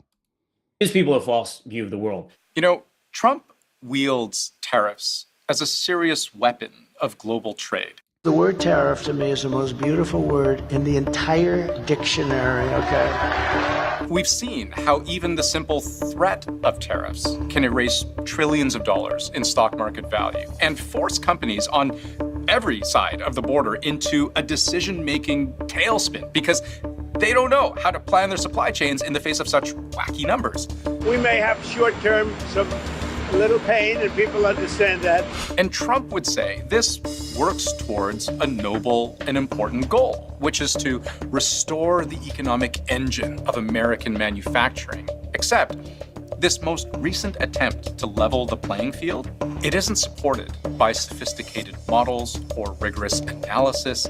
It's a shortcut, an oversimplified reduction, arbitrarily divided by 2.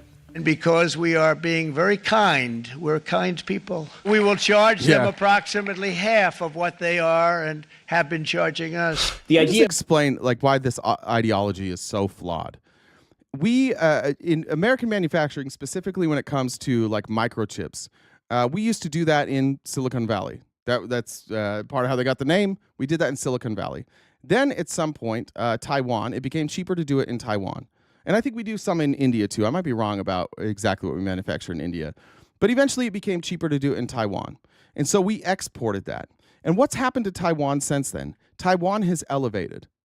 Taiwan is more self-sufficient.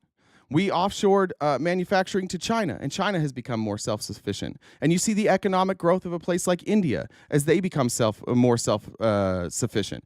You look at the policies of just south of us in Mexico. What are they doing? They're building up industry. They nationalize lithium. They're doing things to build themselves up. You want to know why people flee other countries and come to our country?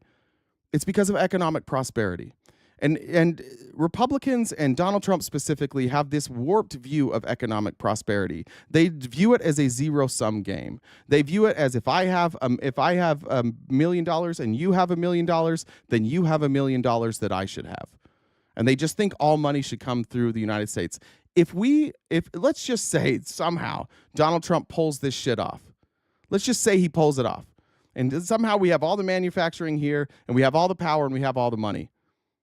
And somehow we're able to destroy these other countries' economies and we beat them. What do you think is going to happen? Where do you think those people are going to go? That's the problem with nationalism. Like it's this scarcity mindset, this idea that wealth is scarce. And the reason that wealth is scarce and it's hard to find right now is because it's consolidated in a few people's hands. Even worldwide, it's consolidated in a few people's hands.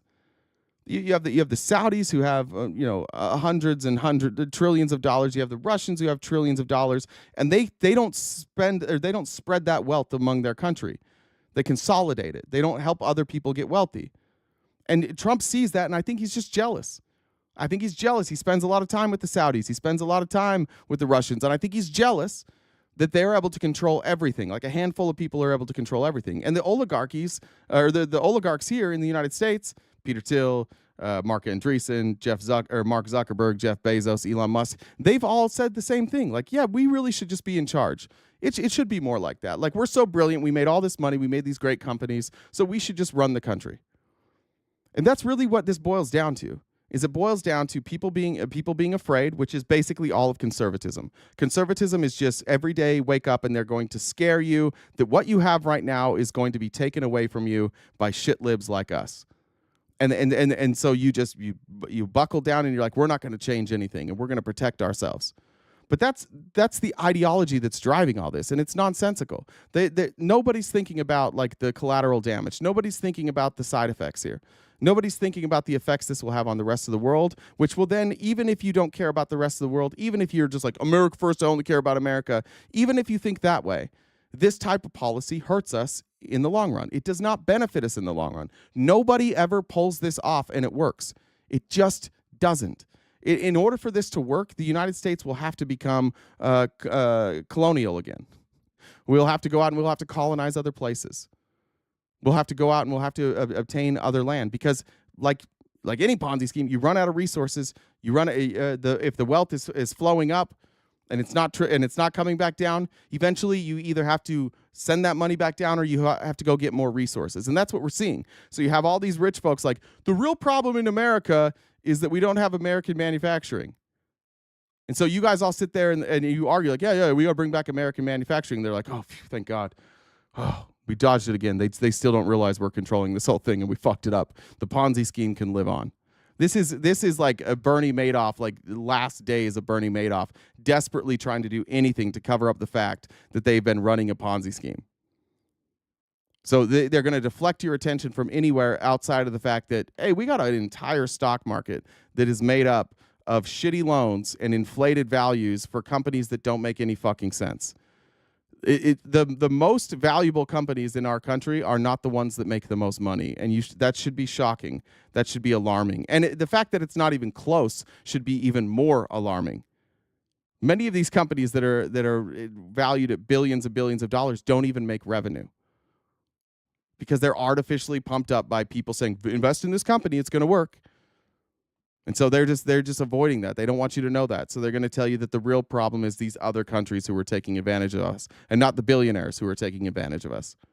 The idea behind them was that Trump could use the tariffs we're imposing and say, oh, you're imposing a 90% tariff, but we're going to impose a 45% tariff.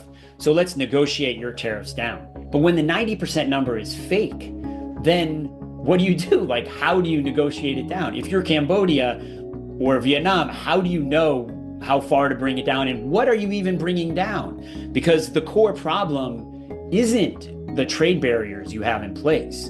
The core problem is you're not buying enough stuff from the United States, and we're buying too much stuff, in Trump's mind, from you. I'll show you one last thing. This list, one other thing I found curious was how so many countries have exactly 10% written here as the effective tariff rate that they charge the US. Isn't that weird? Like, all these countries charge the US the exact same 10% rate. They're all in it together. It's a global conspiracy, I think. Is that what it is? Well, again, I checked every single one, and all of them, all 115 of them, actually buy more from the US than they sell, which gives the US a trade surplus. So, because Donald Trump thinks everybody's screwing us, when they find the places that have a surplus, where we have a surplus, they just lie about that too. They're just like, yeah, we'll just make up a number here and put 10%. They just lie. As in, by Trump's definition, these are the countries the US currently rips off. But Trump's answer to that is to punish them anyway, to charge their goods a 10% tariff. I don't know what logic explains that. Only one logic can explain that. That's MAGA logic. Jen's going to do some announcements real quick. Jen, you here?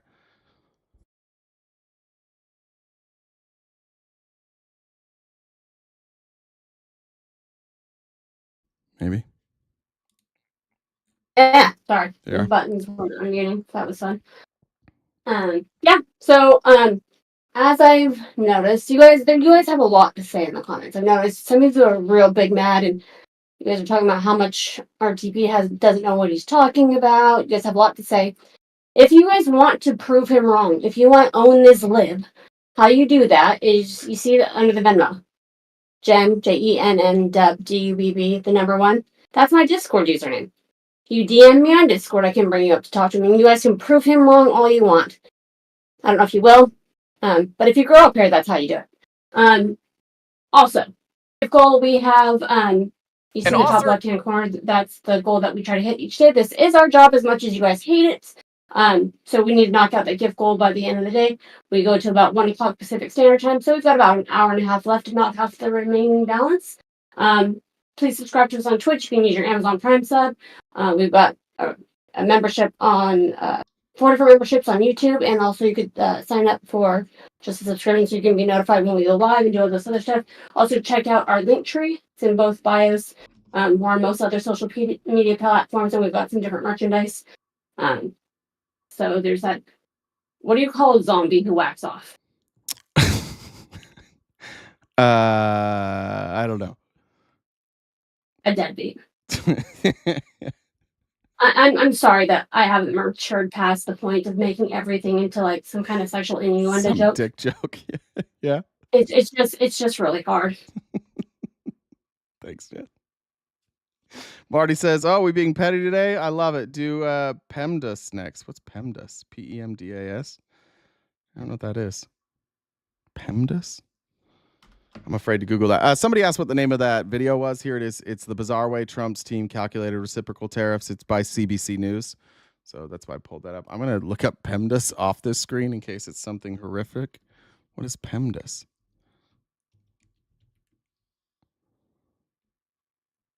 Oh, parentheses. Oh, I didn't know that.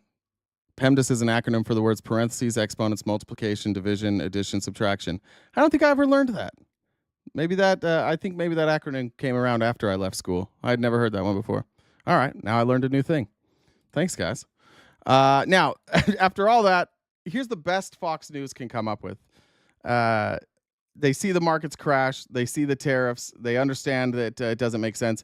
This is legitimately the best they can come up with for what's going on and what we should do.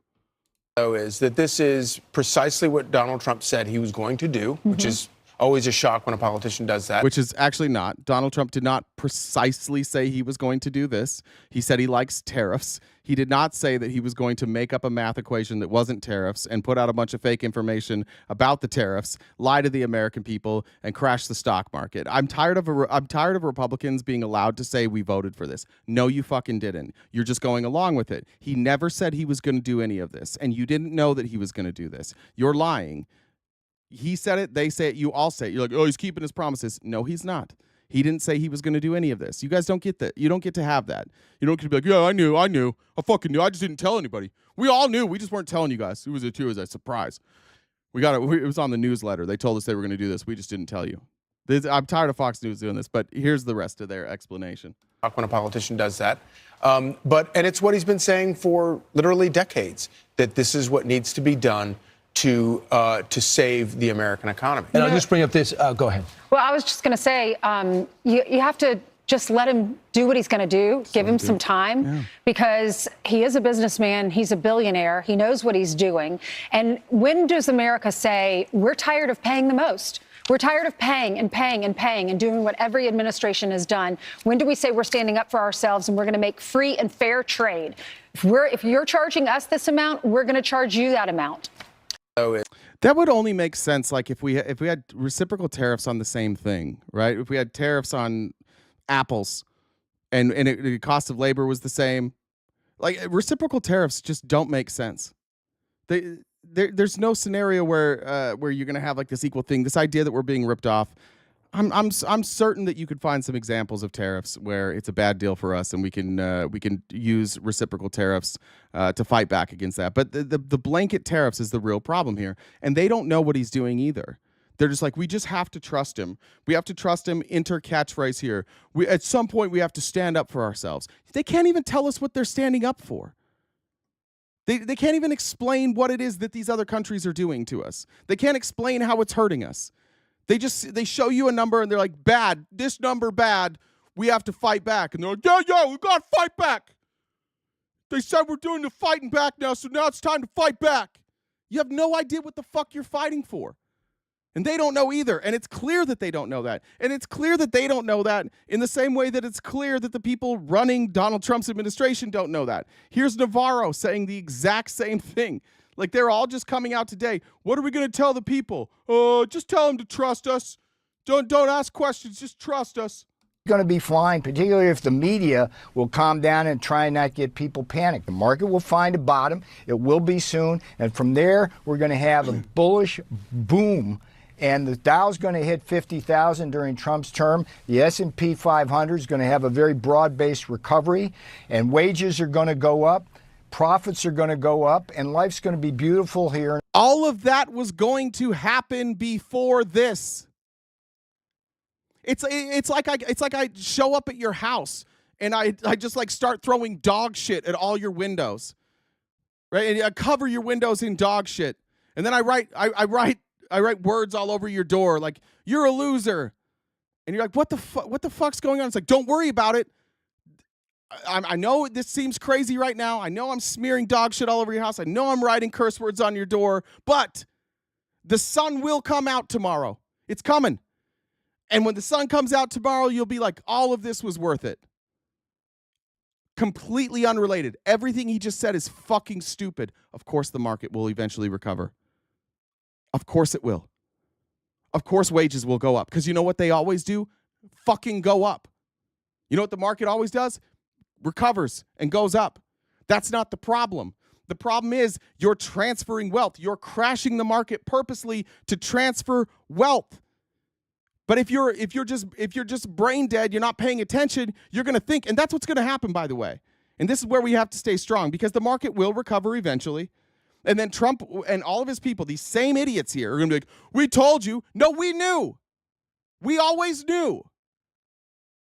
Let it happen. In the middle of this, in the middle of all of this happening right now, when the market is crashing, I want to be on the record to say, I know as well as you do that the market will go up and wages will go up. We all fucking know that.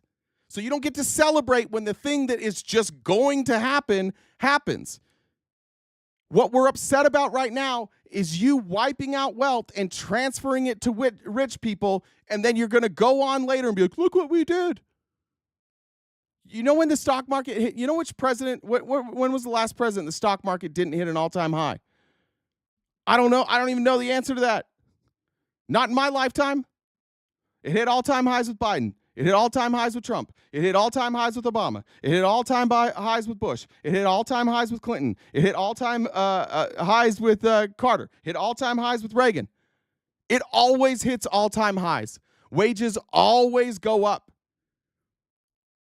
This is not an argument. It's not a response to what we're saying right now. What we're saying right now is this doesn't make any fucking sense. It's not good for the American people. It didn't need to happen. You're lying about why you're doing it. Don't let them, whenever the stock market goes up, don't let them do it. And don't go out today, and if you're going out and debating, don't go out today and say, this is the end of America. The stock market's fucked forever, because you're positioning yourself to lose an argument semantically. I sure as shit hope that we don't have a bunch of Democrats going out there today being like, all is lost, it'll never recover. It's going to recover. If it doesn't make sense if it's not going to recover. Why would they strip all this wealth if it's not going to recover, right? You think Donald Trump's cool with that? Absolutely not. It'll find its bottom, and the bottom will be when we can drop it as much as we possibly can, and as soon as the pressure is too hot, we'll reverse everything, and we'll pretend like this was the plan all along, and you guys will all forget because, again, 50% of you don't own any stock, and it didn't affect your stock prices. You won't even know that there was a heist that was just performed. You won't even know that all these donors who gave Trump hundreds of millions of dollars bought him to do this. So don't let him pretend like it's a victory later on when it goes back up. It always goes up. Every single time it goes up. Every time the stock market crashed under Biden, it was the same thing. Every time we had a bad day, it was a box full of people. On those days, they'd show up in the box. Oh, look at Biden. Look at, yeah, I know. It's going to go back up. And sometimes it was something Biden did. Sometimes it wasn't. The stock market going up and down doesn't always have something to do with the president, but this one does. This one has everything to do with tariffs. So don't let them play this game that they're trying to set up now. Oh, don't worry, we know what we're doing. Yeah, we do know. You do know what you're doing, and we know that you know what you're doing, but you're not telling us what you're doing because you're doing a heist and you're lying about it. In America, trust in Trump. We had the same kind of hysteria during the first time on China tariffs, and you were a little part of that. I went back and looked at some of your transcripts, and this can't happen again. So the media needs to have some responsibility in this matter. The Times, the Wall Street Journal, everything's going to be... Sure. Let me tell you a fun story about Navarro. I think I have it down here. So this is Peter Navarro, who went to jail for Donald Trump. Peter Navarro he's been one of the most vocal proponents of tariffs. Here's Peter Navarro regularly quoting an expert named Ron Vara, and you'll see in memos circulated by the Trump administration an economic expert named Ron Vara. Let's talk about who Ron Vara is. In all of his books, Peter Navarro has cited an economics expert to justify his views. And the economics expert he cites is somebody named Ron Vara, V-A-R-A, Ron Vara. When Trump won the presidency and entered the White House, this Ron Vara started circulating a memo around Washington in support of Trump using tariffs in trade policy. According to the New York Times, the memo had been, quote, sent from an email address purportedly belonging to Ron Vara. At one point, Ron Vara wrote in the memo that Trump could, quote, ride the tariffs to victory. The Problem is, Ron Vara doesn't exist. He never has. The economics expert that Peter Navarro has long cited to explain why he's so gung-ho on tariffs, this person, Ron Vara, is a made-up person. He is a fictional person. Peter Navarro invented Ron Vara as his expert source so he could quote this expert source over and over and over again in his crackpot books. Who is Ron Vara? Ron Vara is an anagram of Navarro, which is his last name. But that really is how the Trump administration crafted its tariff policy.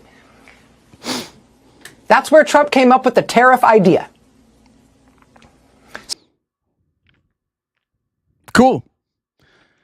They make up names of experts so that we believe Peter Navarro.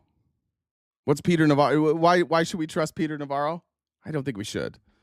I don't think he's hardly considered an economic expert here. Circulating a fake memo from a fake person with a fake email address in order to make it look like this was a serious issue being debated by real experts. That is the intellectual basis on which Donald Trump today wiped $6 trillion of wealth out of existence and crashed America's markets and brought America and the world to the brink of a self-inflicted, on-purpose, global Great Depression along the lines of what we had in 2008 and what the pandemic inflicted upon us in 2020. This time, the global disaster is Donald Trump's big brain. Just a reminder. They will believe anything. MAGA will believe anything. You should be ashamed of yourselves today. You should be ashamed that you allow somebody to lie to you. How many more lies do I have to show you that these people tell? Citing fake experts? Circulating memos?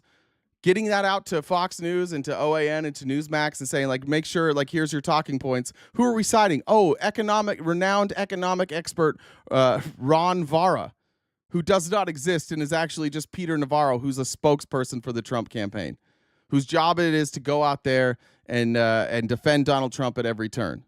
Cool. Like, again, fine. If it's not him, where's the other person? Where's the other Trump people that are going to explain to us what's going on here? Thank you. Hey, howdy said, except all the prices will also go up. That's true. That's how you do it. I mean, prices, same thing though. Prices always go up in America too, 2 to 3%. We'll see. We'll see how long Trump can stomach the backlash he's getting for these tariffs. The longer he can stomach it, the more he can transfer wealth though. The longer he can sustain this crash without capitulating, the better it is for his donors. So he is, and probably for him, he is incentivized to keep this going as long as possible. What did you say, Jen? Okay, got those. A swish. Oh, I got that one. And thank you, Marianne, for the super chat. All right, on to the next part. Here's Larry Fink. It's gonna be bad. Like, sorry, MAGA. This is all. Today's entire show is literally just showing every human on Earth saying how dumb these MAGA policies are. Here's Larry Fink. I believe deportations and the speed at which this is happening is going to have severe impact on the agricultural sector and the construction sector. I've talked to CEOs in the ag sector, and they remind me that 70% of the men and women who work in the ag culture were not born in the United States. Many of them are U.S. citizens now, many of them have work permits, and many of them don't. And 40% of the construction workers were not born in the United States. You add that up, and what's going on, I think we're going to start seeing, especially when spring and the spring crops arrive, are we going to have enough workers to harvest the crops? And all right, and now, you know, with the whole idea that we're going to have to use a private capital to build out this economy, are we going to have enough workers? I've even told members of the Trump team that we're going to run out of electricians as we build out AI data centers. We just don't have enough. So yeah, all these plans, like, they don't have even a plan for their plan. How do we accomplish this plan? You're going to bring back all these jobs. We already don't have people to work the jobs. Like, we already have so many open jobs. We don't have enough people. So we're going to impose tariffs to reshore these jobs, and then we're going to remove workers from our country. Somebody explain how this works. I appreciate all the MAGA here in the chat saying that everybody, Larry Fink, all these people who are just economists, don't know what the fuck they're talking about. You hate America. Can somebody please explain how it works? I get it. Maybe we're all dumb. Maybe Larry Fink's dumb. Maybe we're all done. Can you explain how it works? Do you think if you were given a microphone and put on the news and they said, how is this going to work? Do you think you would have anything other than I trust Donald Trump for an answer? Because I don't think you do. And by the way, if you do have an answer, come tell me about it.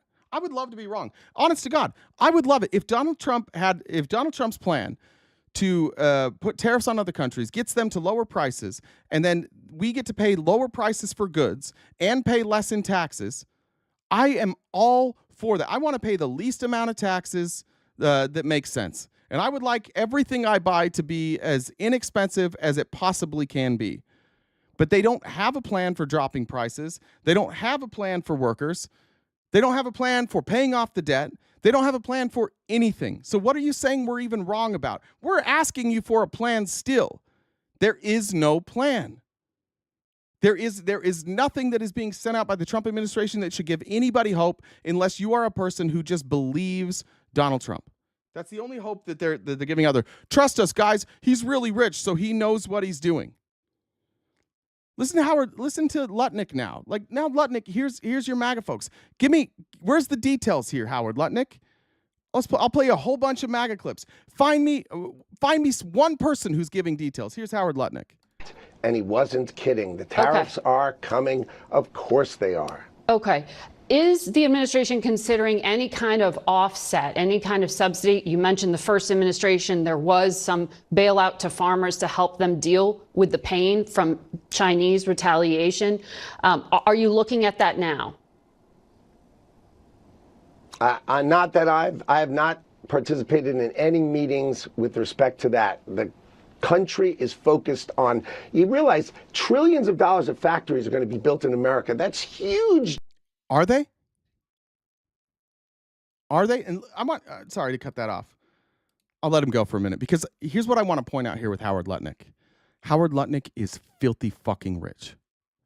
And Howard Lutnick doesn't have a goddamn clue how any of this works. When you listen to what he's about to say, he doesn't appear to know what any of these words mean or how they're going to be accomplished. We have to stop pretending that being rich means you understand economics because it doesn't. It certainly doesn't. In fact, a lot of times being rich makes you have a very warped view of economics. This view of where, if the policy makes me money, if I make more money because of this policy, then it's good for everybody. It gives you a very warped view, especially when you're to this level of rich where you're not even interacting with regular people anymore. He doesn't understand the impact of any of this, and he can't explain any of it. And I'll let it run here for a second. But just listen. You tell me what answers he has, and I also want you to tell me if he understands what GDP is, because I'm not sure he understands what GDP is. Factories are going to be built in America. That's huge GDP. The factories being built in America are huge. That takes GDP. years, and you've said that robots are going to fill those jobs. So those aren't union it's really automated jobs. It's automated factories. But the key is who's going to build the factories, who's going to operate the factories, who's going to make them work. Great American workers. We are going to replace on other the networks. armies of millions of people. Well, remember, the army of millions and millions of human beings screwing in little screws to make iPhones. That kind of thing is going to come to America. It's going to be automated, and great Americans, the trade craft of America, is going to fix them, is going to work on them. They're going to be mechanics. There's going to be HVAC. Okay. So they're looking at these factories. Here's what he just said. Look at, for example, he used cell phones. Look at these people in China, India, Taiwan that are putting together phones, and you have millions of workers, which is incorrect. And they have tiny screwdrivers, and they're using tiny little screws, and they're putting this together. So we're going to reshore all of those jobs, and then those jobs are going to be done by automation. So we're not bringing back jobs. We're going to take jobs that they have, and where they're going to turn them into automated jobs here. So it's not going to increase jobs, right? And then when he says it might improve GDP, maybe it will improve GDP if all is successful. But what it won't do is improve the lives of Americans, because if you take one of these massive manufacturing facilities and you just have somebody that owns it and you're able to automate it, that means that the money that is being made from those facilities is not dispersed among workers. It's just it's condensed among the owners. They will try and limit the amount of people that work in these factories. So how does it benefit you? How does it benefit you if somebody else in this country makes a bunch of money, and they make that money by cutting jobs? Please, somebody explain. Make this math work for me. Make it work. We're going to bring back these jobs. They're not going to be high-paying jobs. Then these jobs are going to be eliminated. And then the people who own the factories are going to make obscene amounts of money, and that might raise our GDP. And what benefit does that give the American people? How is that better for us? What benefit do you get? Just assuming they can do it for the same price through automation, you get the same phone at the same price. It said it's made in America, but it was mostly automated. And then the royalties, the money that you bring in, the revenue, it all goes to a smaller group of people. They're saying it. They're saying we want to take these businesses that exist overseas, we want to repatriate them here, cut the work, and so that the people who can afford to have a factory here, the people who have enough access to capital to build a factory here, it can create a new industry, because the last industry they ran, venture capital, fucking tanked our economy. They ran this big Ponzi scheme for decades, and now we've got to take care of them. And they are the brightest, and they need an exit because this VC bubble's about to burst. And so we got to give them factories. And don't worry, the fact that they've never built these factories themselves, they'll figure it out. It'll all be fine. Everything he's saying here benefits rich people and doesn't benefit everybody else. Specialists, there's going to be electricians, the trade craft of America, our high school educated Americans. The core to our workforce is going to have the greatest resurgence of jobs in the history of America to work on these high-tech factories, which are all coming to America. That's what's going to... How? How? What are you saying? I don't even know how many that was. Let's just say, so you have an automated factory, and then you're obviously going to have IT people. You're going to have incredible power to do AI. Like, you need incredible computing power, which means you need incredible amounts of electricity. Which means, yeah, that's probably going to create some need for HVAC and for IT. But how many jobs is that? Like, that's not even hundreds of thousands of jobs. That's not that impactful. And for what? And again, so then what's the payoff for us? What do we get? We get a phone. Best case scenario, we get electronics that cost the same, which is probably impossible. Let's say they're just a little bit more, and they say that they're made in America, and that's it. That's the benefit to the American people. And people like Howard Lutnick get richer. That's it. That's the whole benefit. There is no benefit to anybody in here unless you work in HVAC, I guess, or want to go into a career in HVAC. But even then, that's pretty nearsighted. That's just a handful of people. They're telling that the thing is like they're telling you what their goal is, and they say things like, "Oh, it's going to be the greatest resurgence in American manufacturing history." And when she's asked, she's like, "You're talking about automating those jobs? No, it's going to be great, but you're automating the jobs, but it's going to be great." They just don't like that people around the world are making money, and they're running out of ways to make money, so they want to reshore those jobs. And the irony of this is it's going to cause a trade war that we're not ready for. Here is this is a TikTok user that laid this out really well.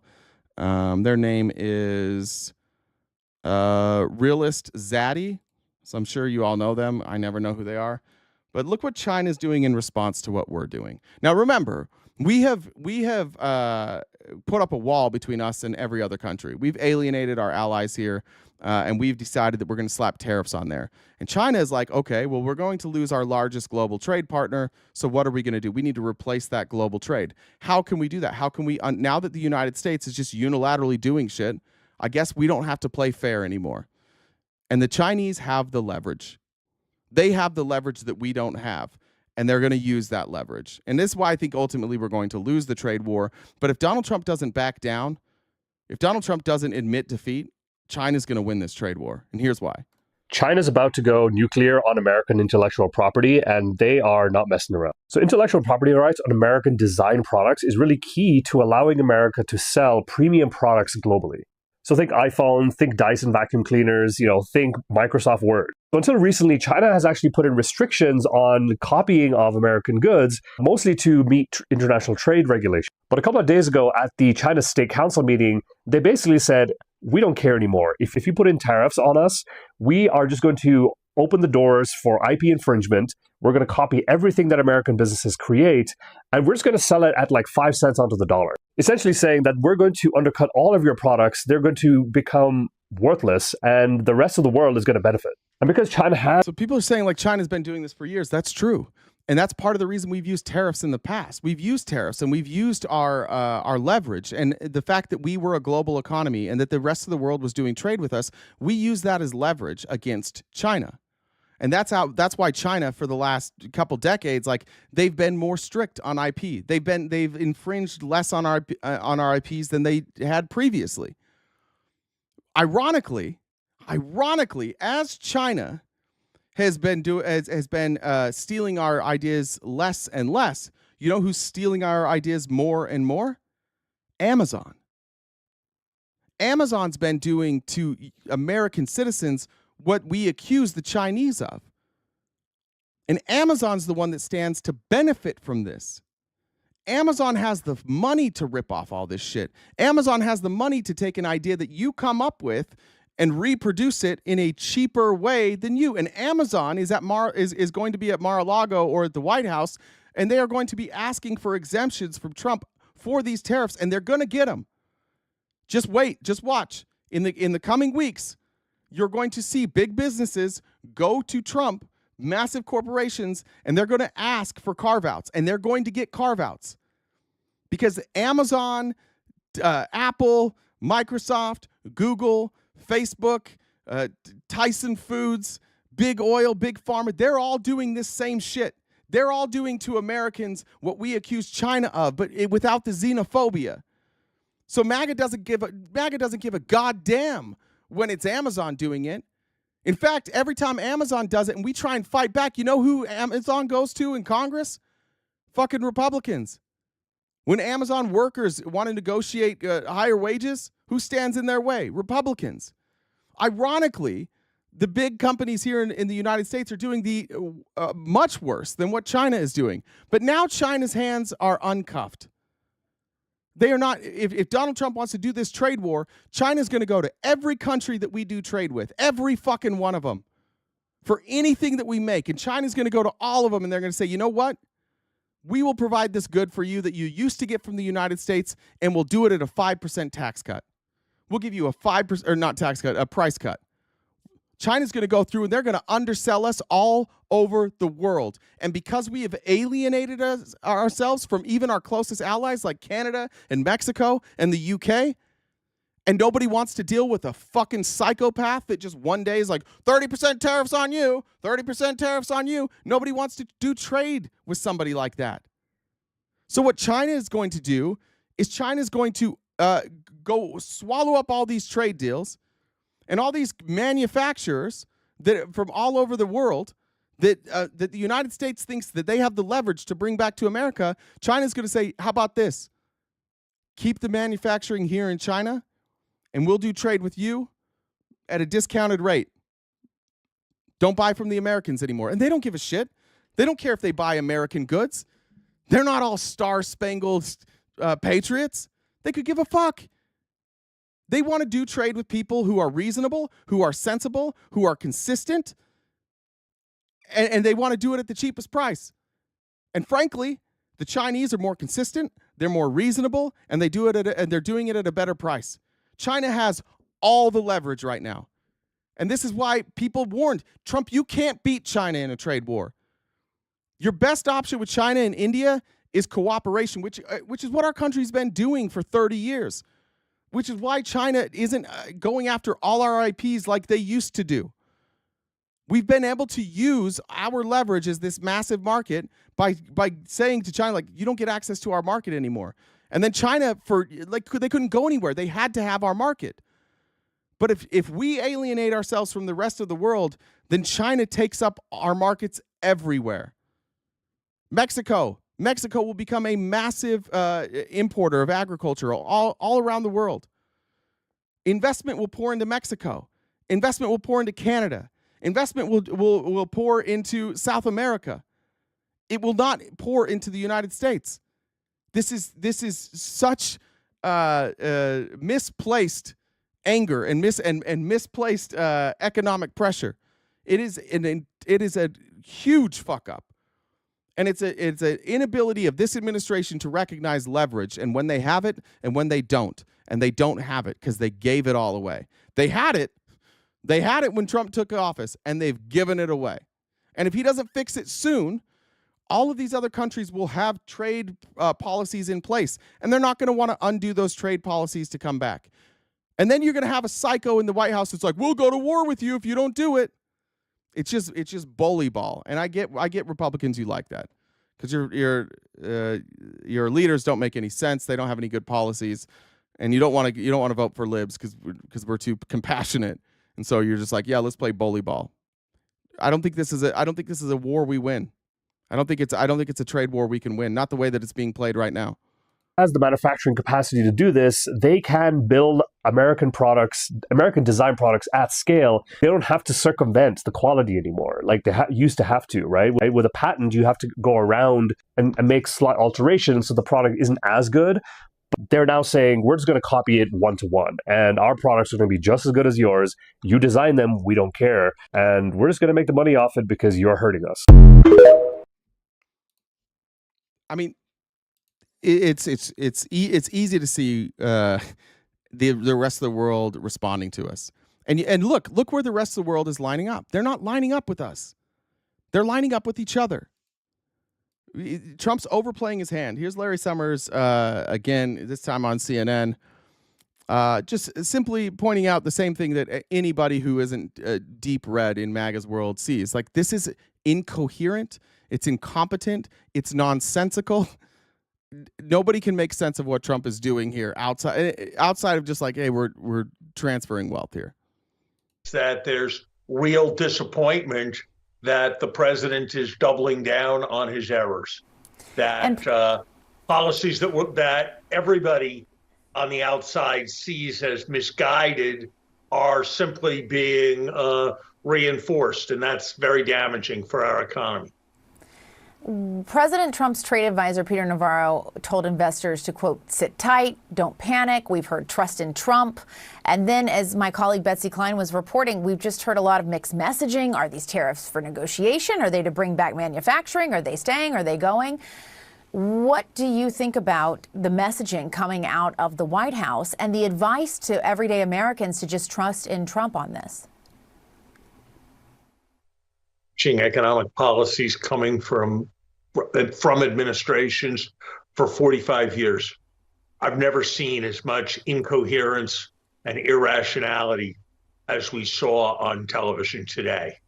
Self-evidently, you can't both use tariffs as a crowbar, threatening other countries and saying you'll remove them if they cut their tariffs, and also promise that there'll be a revenue source and an inducement to businesses to locate in the United States. And the administration doesn't have a coherent message. Yeah, it can't be both, right? Like, none of this mathematically makes any sense. Why it's doing the largest tax increase that the country's had in 50 years. And usually when you do something hugely consequential. Look at the spiral. Look at these fuckers in the chat. Oh, it's CNN.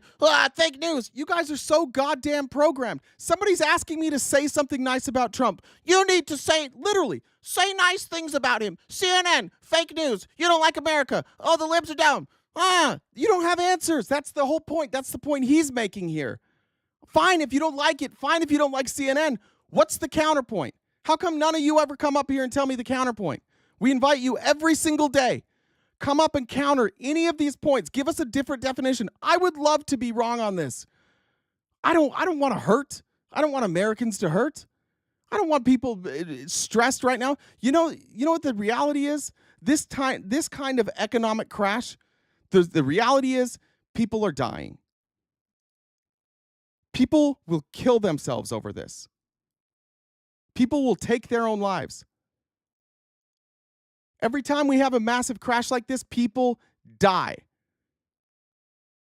Because for a lot of people, this is years of work that can be wiped out in a day. People who felt like they had a solid footing a week ago, their money is gone now. And people will die. And you might say, oh, well, they should just wait it out. Maybe. Yeah, maybe. Maybe.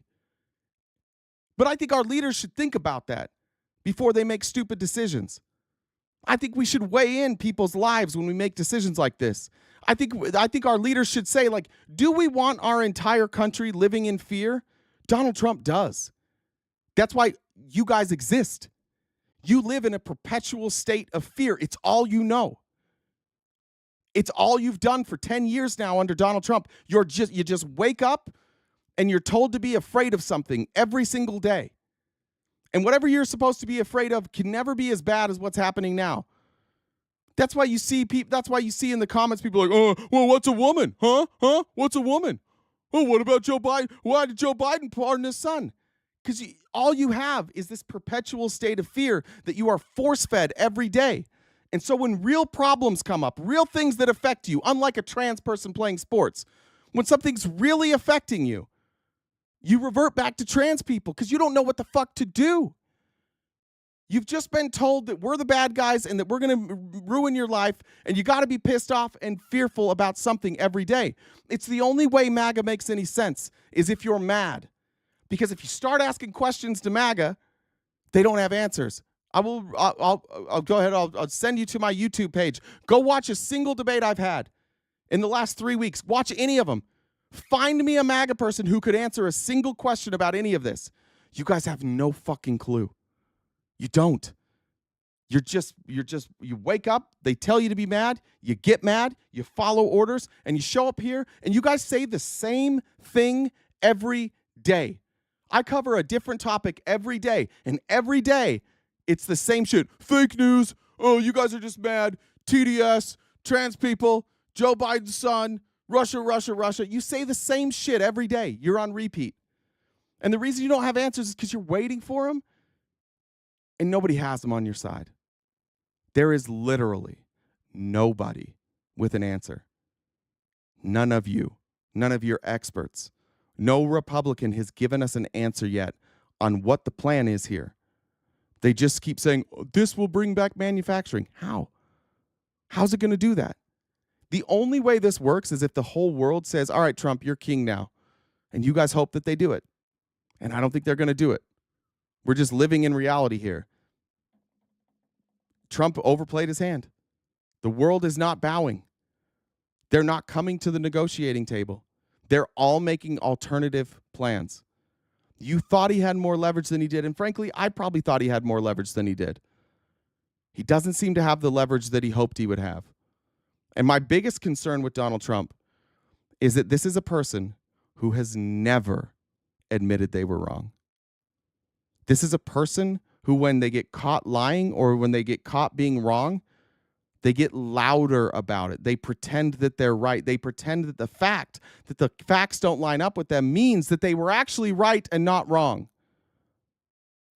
So my biggest concern with all of this is that Donald Trump has such an ego that he might just keep going when he's losing. He's done it his whole life in business. He just keeps going. But in business, he was able to just declare bankruptcy and start over. You can't just declare bankruptcy and start over with the American economy. You just can't. It doesn't work that way. And we're losing, not only are we losing capital, but we're losing influence, and we're losing our position as the world power. All over this fucking pipe dream that you're going to bring back American manufacturing to the United States, and that somehow, even if that happened, that would fix things. That would make it so that wealth inequality was fixed. That would make it so that people could pay their bills. There's no solution for any of this. This is the dumbest fucking thing any American president has ever done economically, and there's not a close second. It doesn't make sense. I don't know why you guys are still supporting it. I have no clue. Doesn't it bother you that you don't have answers outside of saying that I just have TDS, or that I'm bitter, or that I don't love America? Doesn't it bother you that you guys can't formulate a coherent argument? That doesn't bother you at all? It would bother the fuck out of me if I was sitting here listening to this and every time a point was brought up, I just generically said, oh, it's just because you don't like, it's just because you hate America. It's just because you have TDS. Oh, but Biden was so good. It would bother the fuck out of me if I didn't have an answer to this. You guys seem very unbothered. And I in some ways I envy you. You have a clear rationale that's consistently delivered. And we're not getting that. Largest tax increase in 50 years, a tax increase on consumers, $4,500 a car, according to Ted Cruz, 17% increase in clothing and apparel price. Kindly, come explain me. Come explain that. Kindly, you have 3 minutes. I'm so fucking tired of you losers. I'm so fucking tired of it. Come fucking explain it to me then. If I'm just rage tweeting, if I'm just trying to get people pissed off, I know the answers, but I'm not gonna tell you. I just want answers. I want to be wrong. I am desperate to be wrong about this right now.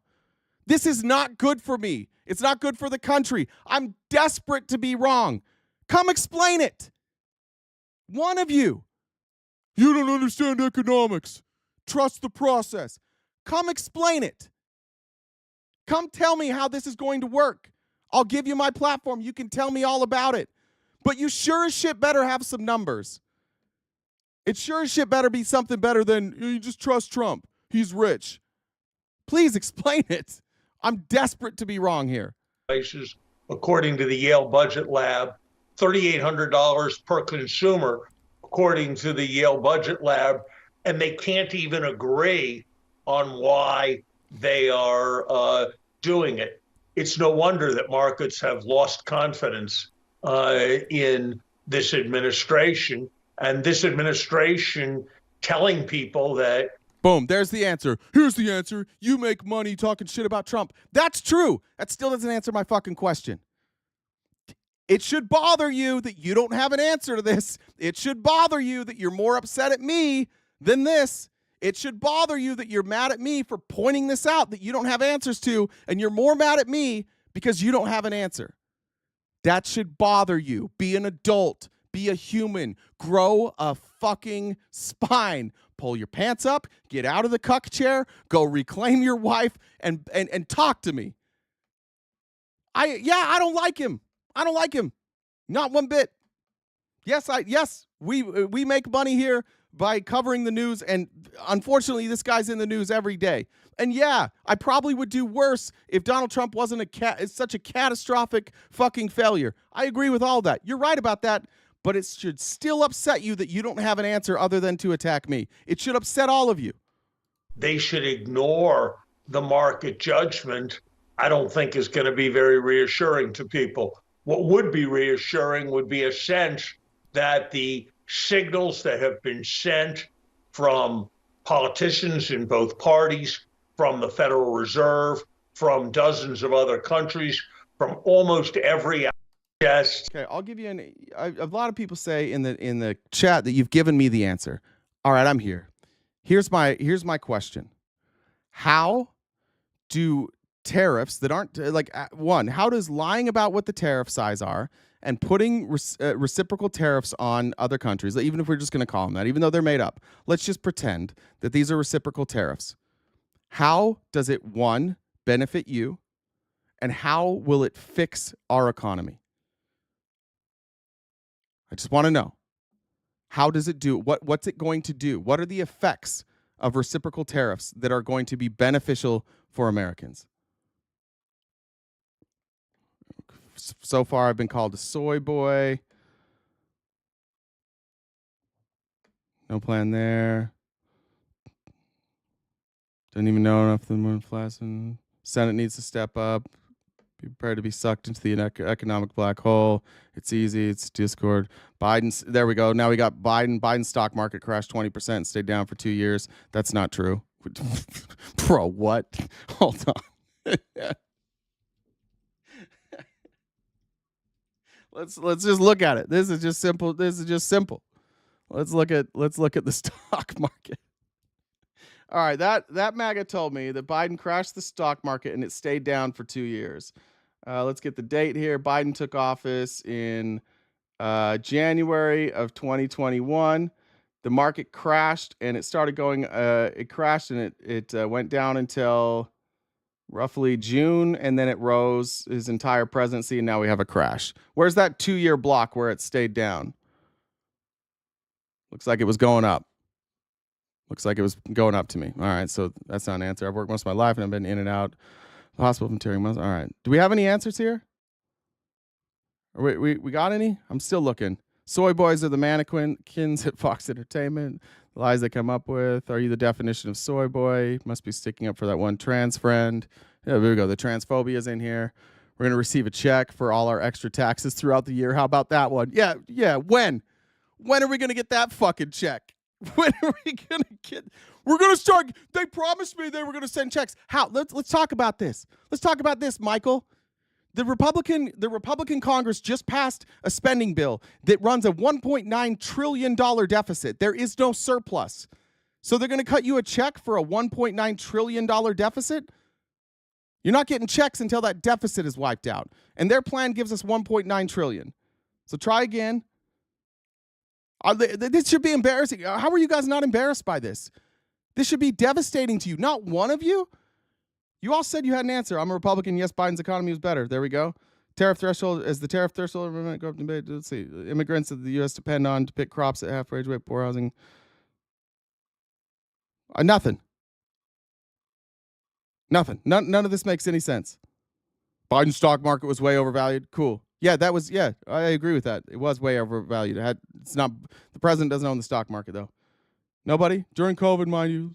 Yeah. Where are we at? Where's the answers? Tariffs will shift consumers to American goods. What if those American goods don't exist? Like cell phones. How are we going to shift to that? How long is it going to take to build up the manufacturing for cell phones? Do we have 10 years to wait on this? So in the meantime, the cost of your goods is just going to go up by 30%, and we're just going to eat that without wages going up 30%? Cool. What's up, Jen? I just wanted to remind everybody, if you guys didn't listen, didn't hear before, I mean, you guys have a lot of big feelings in the comments, big emotions. The Venmo, you see it says Jen, Jenn, Dub, DUBB, the number 1. That's my Discord username. If you want to talk to Jay, that's how you get there. You message me on Discord and I bring you on to talk to Jay.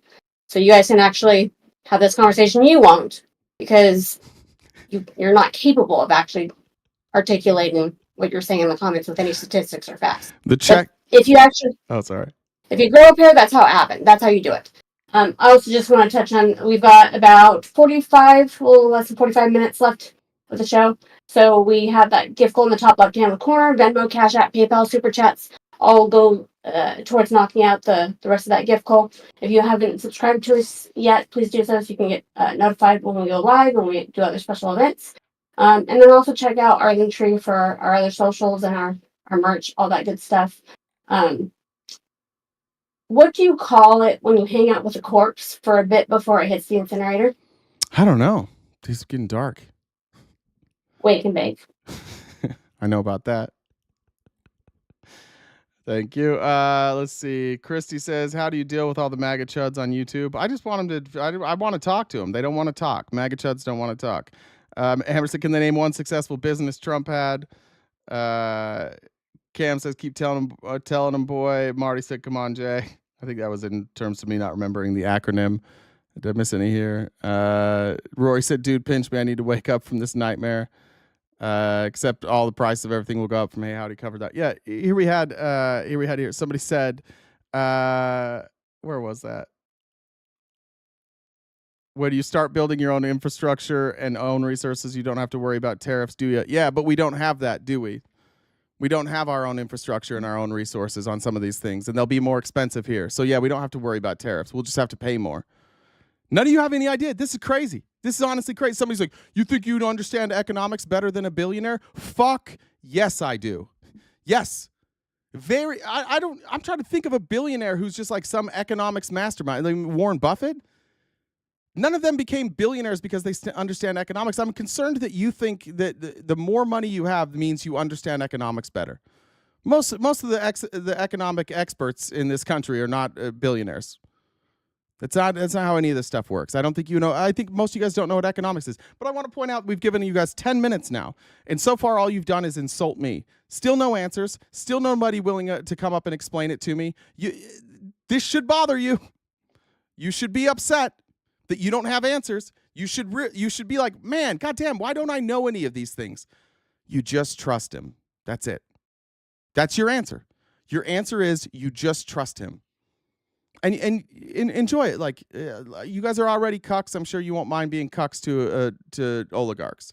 I'm sure it won't bother you to just be working at a factory your whole life. Your kids will work at that factory. Everybody will work at the factory. You'll never have like a bunch of money, but you all work at a factory together. And then those oligarchs will just like own their own states. They'll be out there buying like their 10th yacht of the month. And you're like, yo, this is working though. No answer. Kindly, what did you say? Let's see what you said. I answered. Let's see. What was your answer? You're still kind of a coward for not coming up here. Keep it coming out. I'm a coward, a little baby. And I agree with all that. I didn't see your answer, Kindly. If you want to put it in the chat again, go ahead. What's your answer? Kindly, just repost it. I can only see I can't go that far up. What's the answer, Kindly? I'm only watching for Kindly's answer here, guys. And if you see it, let me know. The answer is what, Kindly? Settle down, clown. Trump's your daddy. It's a weird thing to call president your daddy. Now, I'm not a debater. I research and actually watch trends, not get overhyped. Trends aren't... Bro, this isn't about trends, you fucking idiot. Okay. So you look at stock trends. You like day trading. You know who also doesn't understand economics a lot of times? Day traders. That's why you guys keep investing in like these companies that are completely overvalued, like Tesla. Do we have an answer from Kindly yet? Still no answer from Kindly. He just says, I just look at trends. I'm not a debater. I research and actually watch trends. Okay. What's the answer though? What's it going to do for our country? Tariffs work by making American industry, and it takes less than 2 years to make an industry domestically. That's not an answer for anything. What's the benefit? I'm asking you what the fucking benefit is. What's the plan? That's not a plan. That's just you just generically saying that it takes. By the way, it takes far more than 2 years to make an industry. The microchip facility here in Phoenix has taken like 6 years to build. Micron in Boise is like 4 years now. You're just generically saying shit. Oh, I actually research. I know trends. So no answer. All right. No answers from any. All right. Well, we gave you guys a chance, and none of you are going to come up and discuss it. Here's what Trump had to say about it. Here's the plan. This is the best we got. This is our president. By the way, while the stock market crumbles, while we have prisoners coming back after losing their lives, Trump refuses to go see them, and he goes and fakes another club championship. You have Fox News tweeting out that Trump won the club championship. Like that's somehow fucking news. That's crazy. I skipped my club championship because I have this job. I skipped our member guest, which is this week right now. Normally I'm day drinking every day for a week right now, hanging out with all my friends. All my friends are down golfing, having a good time. I'm like, there's no way we're going to do it at this time, like this during a crash right now. We're going to keep doing this. Not this guy. He went golfing this weekend. He can't be bothered to even mention the fallen soldiers. He went to a fundraiser for the Saudis. Then he went and played in his club championship, which he obviously, by the way, look at the trophies. It's a bullshit club championship. They just had the club championship 3 months ago. He faked another club championship. Club championships happen once a year. They just had a club championship that he claimed he won, and now he said he won it again? And by the way, third place was Lindsey Graham. Lindsey Graham standing there with the trophy. The other guy is like some CEO.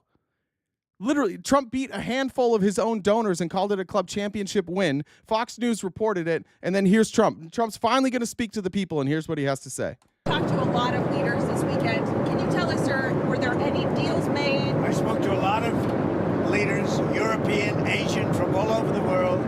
They're dying to make a deal, but I said, we're not going to have deficits with your country. We're not going to do that, because to me a deficit is a loss. We're going to have surpluses, or we're at worst going to be breaking even. But China would be the worst. That's when I say, when the person's like, you know more about economics than a billionaire? Yeah, and that's proof. Because a trade deficit is not a negative. In fact, most of the times a trade deficit is a positive. It shows that you import things that you can't manufacture at that price yourself. So if you have a trade deficit with China, for example, that means that you're getting cheaper goods. That means that it's cheaper for you to get them to make the product than it is to make that product at home. Same we mentioned before, but everybody has a trade deficit with their grocery store. Nobody's saying that we need to have equal trade with the grocery store. You have a trade with the grocery store because you don't grow your own plants and you can't, you don't grow your own cows and your own chickens. And because to do so would probably be more expensive. If you wanted to have the variety from the grocery store, it would be more expensive for you to do it yourself. And so you go to the grocery store. That was the whole point of grocery stores. That's why they exist. To make it economically easier for people to eat without having to be farmers. Trade deficits are fine. So he's just saying, like, people called me and what I told them is I'm only going to do trade with you if we don't have trade deficits. And you know what they did as soon as they called him and he said that? They started making deals with every other country because they were like, no, not sustainable. This is nonsense. This is a madman. And now they're all creating trade deals without him. And if he doesn't back down on this soon, the American people are going to be left out of trade deals. In the group, because the deficit is so big and it's not sustainable. And I was elected on this. This was one of the biggest reasons I got elected, was exactly because of this. And we're going to put tariffs, we've already put them on. It's not a question of we will. We're going to put them on. And those tariffs next year will make us $1 trillion. In addition to the $1 trillion, thousands of companies are going to relocate back into the United States. All right, kindly. Good. Last fear-mongering to go back. I'll go. Listen to how fucking stupid this is that you just said. Google how many times CNN was caught lying. The list is longer than Trump by tenfold. That's not a flex. They're a 24-hour-a-day news channel. And like 80% of that is opinion. And they have hundreds of guests a day.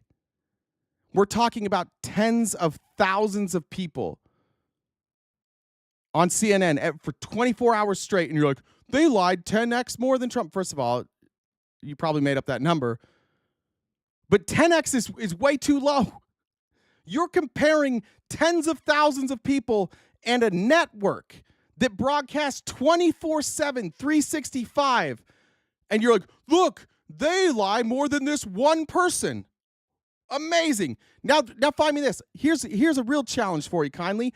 I will pay you $1,000 if you can find me a person in politics, one person, a single person, who has more verified lies than Donald Trump.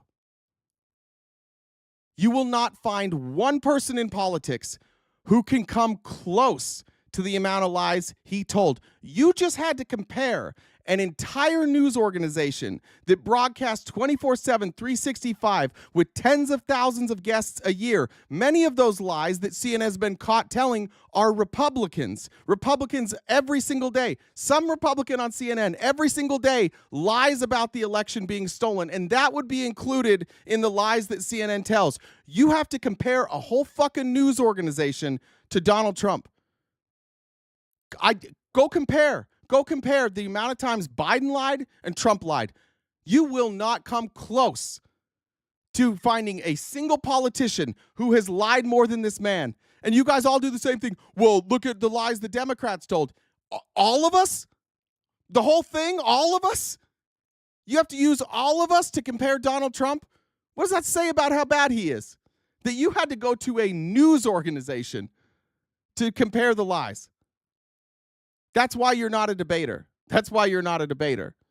Because this is all gut feeling. You don't understand what you're looking at. For somebody who says, like, I look at trends, I doubt it. I doubt it. I don't think you know what trends to look at. I think when you say I look at trends, what you're probably talking about is like crypto day trading, where you're like, look, here's a candle. Look at the candle. And not realizing that the reason that you can read trends in crypto is because it's so manipulated, and they manipulate it in the same way every time, that you're watching people manipulate crypto and you're like, I'm brilliant. Look at me. I figured it out. I've got the candles. You sell at the top of the candle, and then it drops, and you buy at the bottom. Buy low, sell high. I look at trends. Cool. Cool, dude. 21% approval rating shows your BS. No, 21% approval rating shows that Democrats need to talk more like me and less like them. Because at the same time the approval rating of the Democrats is going down, people like me that are further left than regular Democrats, go ahead and go to YouTube. Go ahead and go look at the Majority Report. Go ahead and look at Kyle Kalinske. Go ahead and look at Breaking Points. Take a look at Hasanabi. Go look at all the left-leaning channels that are way left of the Democratic Party, and they're all growing.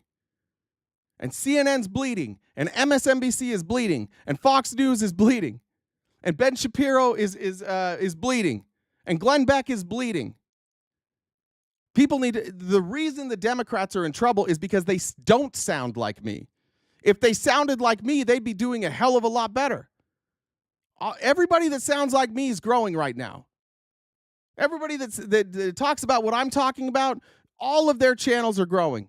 All of their impressions are growing because the American people don't like being beholden to billionaires. We don't like it. People don't like when they're getting fucked and you have a bunch of rich white dudes, just sitting on TV going, it's going to be fine, guys. It's going to be fine. We don't believe you. Like, we've seen this before. You guys lie to us every time. No, we don't trust the richest among us. That's why we're growing. That's why you guys are barely winning elections in Florida now. It's why you got wiped the fuck out in Wisconsin. It's why you're going to lose the midterms. And it's why, by the way, a bunch of people like John Fetterman and Nancy Pelosi and Chuck Schumer, they're going to lose their primaries. The problem with the Democratic Party right now, and the reason our party is at 21%, is because we don't even like them. Because they sound too much like you. They're sitting back and just letting this shit happen, and we're upset about it. And the American people clearly this weekend showed millions of people are willing to get off their ass and go to the streets. And you guys don't have that. And the DNC doesn't have that. Those weren't, just a reminder, those protests weren't organized by the DNC. And when you went to those protests, you saw signs about Chuck Schumer and John Fetterman and Nancy Pelosi too. Yeah, I agree with you. The DNC sucks. But we're going to push them left. And if we go left, you guys are fucked. So keep doubling down on it. Enjoy it. Your approval rating, this guy's underwater. His approval rating's underwater, and it goes lower every single week. So I agree with you. We should definitely not sound like the Democrats. I agree. They should be lower than 21%. Much lower. All right, here's Amy Klobuchar laying out accurately. Boy, she found her voice recently. While you guys are sitting here in the comments complaining that we're upset, I need you to remember one thing, that these tariffs are going to cost you money. The most important thing for you to know about all of this is that you are being taxed while the billionaires are getting tax cuts. They are using tariffs to pay for the tax cut that they're giving billionaires. And you're paying that tariff. I'm paying that tariff. We're all going to pay that tariff. The hat that I'm wearing right now is a friend of mine's company, Old Town Golf. These tariffs will cripple his company. He is the American dream. He is somebody who left a massive corporation, saw a place that could a part of the market that nobody was fulfilling. He identified that part of the market. He invested his own money. He started in his garage. He built this company that employs a bunch of people now. And he built something great. And they do it in a way with incredible customer service, a loyal customer base. They do fast shipping. If anything goes wrong, they fix it. And he's the one that's going to be hurt. Not Callaway, not Titleist, not TaylorMade. They'll all go lobby and they'll get Trump to carve out some exception for them. And my friend, who has a small business that employs some of my friends, they'll go under. This is a handout for massive corporations. And what do we get for it? Oh, our stuff will just cost more. Here's Amy Klobuchar laying out the math of exactly what this is going to cost you. To some cooler voices around him, but there's no sign of that at all. And the chaotic nature of this, as Kramer has pointed out with this map, the fact that they didn't even notice they were taxing with their tariffs a bunch of penguins on 2 remote islands. It's unbelievable to me. And then at the same time, you've got regular Americans who are just holding on to things while they're dismantling Social Security, while they're cutting Medicaid. We've got a vote on the Senate floor, and so many of our Republican colleagues, again, a lot of angst because they've realized that this is an economic disaster. And we want to get on track, but he's got to come to his senses, and he's got to stop worrying about Elon Musk and the trillionaires around him and start thinking about those families that are just struggling to get by, that work hard every single day and deserve better than this. $4,000 per year is the largest middle-class tax increase since 1968. He's raising your taxes and telling you he's not. And again, I don't know why you're not upset about this. I don't know what it takes to get you guys upset. Why doesn't it bother you that he lied to you? Why doesn't it bother you that while billionaires are getting a tax cut, you're getting a tax increase? Why doesn't it bother you? I don't know. I think it's because it hasn't hit you yet. And I think in about a month, I'm going to start making a lot more sense. And I hope you guys keep coming back. Because the longer Trump does this, the more it's going to make sense.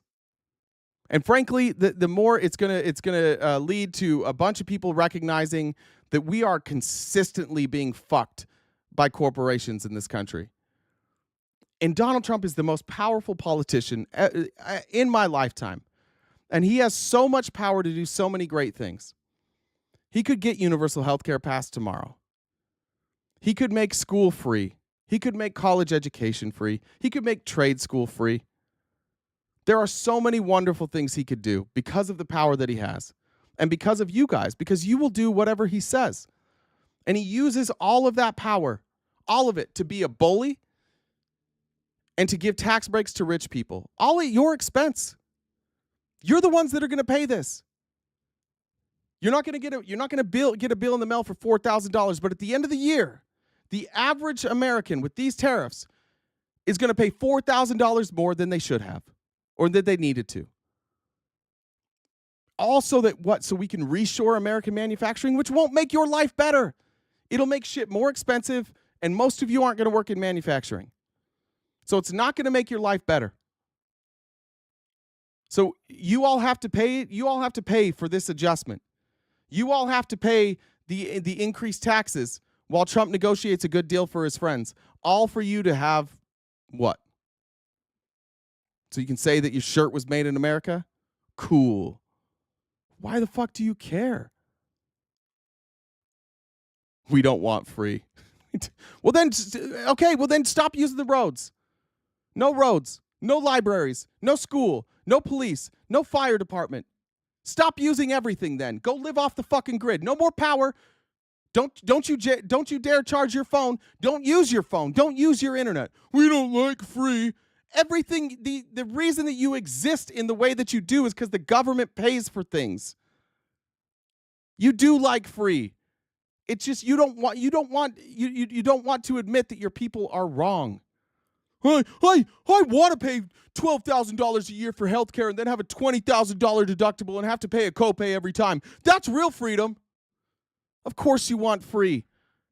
Of course it should not cost anything to go see the doctor when you get there. Of course we can cost share this thing and pay for it through taxes. Of course. I don't want my taxes to go up. And then Trump raises your taxes right in front of you. But because he didn't say he was raising your taxes, you're just like, I'm fine with it. You can raise my taxes as long as you tell me that you're not. If you tell me you're not and then you raise it, I'm not going to give a shit. But just lie to me, Daddy. Lie to me harder, Daddy Trump. I need all the lies, please. Here is Kristen Welker. I'm trying to remember. I think talking to Scott Bessent still here. Did I close the wrong one? To bring up the fact, we lost $6 trillion in value. And she's asking the question that we're asking. If this was always part of the plan, Why didn't you tell us? Why didn't you tell us that you were going to tank the stock market? Why not just be transparent with us? The markets lost more than $6 trillion in value. Was this disruption always part of the plan, Mr. Secretary? Look, Chris, markets are organic, the animals, and you never know what the reaction's going to be. One thing that I can tell you as the Treasury Secretary, what I've been very impressed with is the market infrastructure, that we had record volume on Friday, and everything is working very smoothly, so the American people, they can be very, take great comfort. You had record trading? I think he's talking about trading volume? Yeah, selling. It was a record. Yeah, but not in a good way, though. Like, some records aren't great. I don't want the record for most times being punched in the nose for a day. That would be a record, but I don't think that's a sign of my success. In that, and in terms of the market reaction, look, we get these short-term market reactions from time to time. The market consistently, underestimates Donald Trump. I remember that in 2016, the night President Trump won, the market crashed. And it turned out he was going to be the most pro-business president in over a century, maybe in the history of the country. And we went on to very high after inflation returns for the next 4 years. Well, but this... Someone just said the EU caved to Trump's tariffs. Said when? When? This is 4 minutes ago. Even the MAGA, you guys can't even get it fucking right in the chat. Look at this. 4 minutes ago. You're telling me the EU caved? Let's see what Trump says. Mr. President, you said it maintains. The EU has said that they have offered 0 for 0 tariffs on cars and industrial goods. Is that not enough? Well, the EU, no, it's not. The EU has been very tough over the years. I always say it was formed to really do damage to the United States in trade. That's the reason it was formed. It was formed with all of the countries from Europe, I guess most of them, not all of them, but most of them, and they formed together to create. Solarman Tint, let's make that bet then. Solarman Tint, will you come back at the end of the week?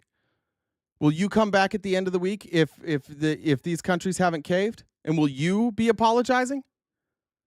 Dude, I've told you a million times. I hope I'm wrong about this. If every one of these countries came to the negotiating table tomorrow and they said we're going to eliminate all tariffs and we're just going to do free trade, it's tariff free across the world, no more tariffs across the world, that would be an incredible accomplishment by Trump. It would. I don't think they'll do it because it hurts them, and I think in some ways it would hurt us. But yeah, then I would be wrong. I'm cool being wrong. I've admitted I'm wrong many times. I was wrong when I was a Republican. That's why I'm not a Republican anymore, because I'm capable of admitting when I was wrong. But are you going to come back? Here's Trump saying the EU's like, all right, we'll negotiate then. How about this?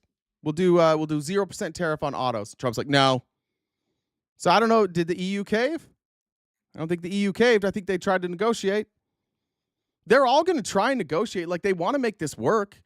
Nobody wants to stop doing trade with the United States, but every time he does this, he's losing leverage.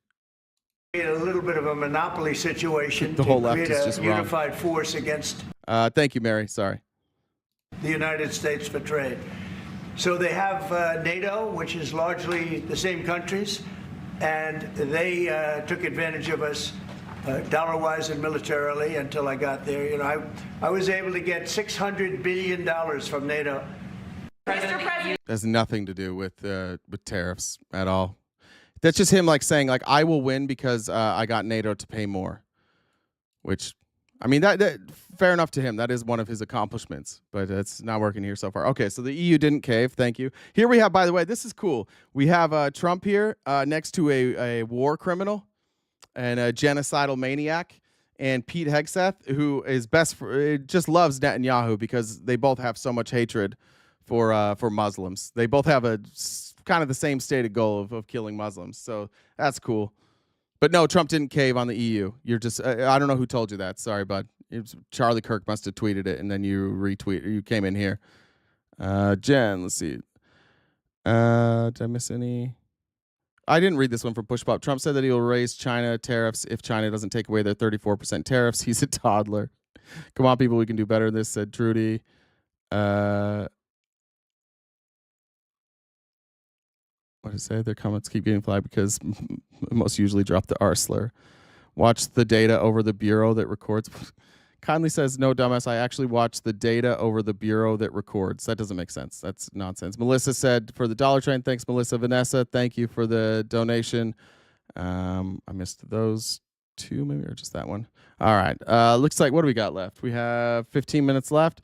If you can help wipe out the goal, great. If not, stay here, and we'll learn together for another 10 minutes. Looks like 110 left in that gift goal. I'm going to get now to the bros. I'm going to show you the bros that are at least right now. At least they're dipping their toe in the I might have made a mistake water. We'll call it that. I don't want to say they're there already. This one I showed on Friday, but I'm going to show again. Here's Dave Portnoy bashing the tariffs. I did watch a little bit of his show this morning, his day trading with Davey, and essentially he's kind of saying the same thing. So I didn't have a clip with it because it was still live. I almost tweeted out, Dave, how much are you down right now and today? 7 million. I'm down $7 million in stocks and crypto. And it's tariff city. Trump has put his tariffs all over the place. I've been trying to understand them. I don't. Like, it's more a trade deficit tariff to me. Like, hey, we get this much shit from you and you get this much from us. Let's even that up. Let's get some wacky formula and do tariffs. And everything's in the shitter because of it. All right. So that was Dave. I think this morning he said now he's down well over 10 million. Here's Aiden Ross. You might remember Aiden Ross from the World's Worst interview. I'm not even saying it because it's Trump. Like, I mean, I've heard every Trump interview there is. Some people are good at it. Some people aren't. But here's Aiden Ross riding Trump's dick before the election, which, again, I don't care. Like, I know that there's people that are going to interview Trump, but Aiden Ross didn't know what the fuck he was talking about. And they also broke multiple laws here, at least on the surface. And I'm sure the Trump team made sure they couldn't break the laws. But he gave Trump a Rolex and Cybertruck, which you're not allowed to do. So just a clip. Here's how proud Aiden was campaigning for Trump here. Check out this rapper. Let me know your honest thoughts. I think it's incredible. I'll get on the other side.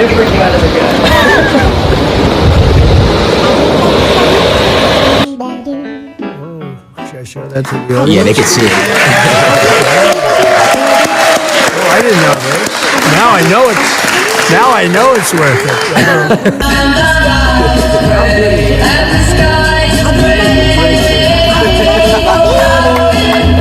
I mean, that's a little phony.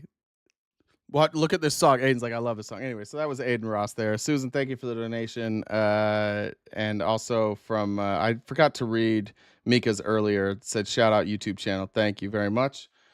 All right, here's this next clip.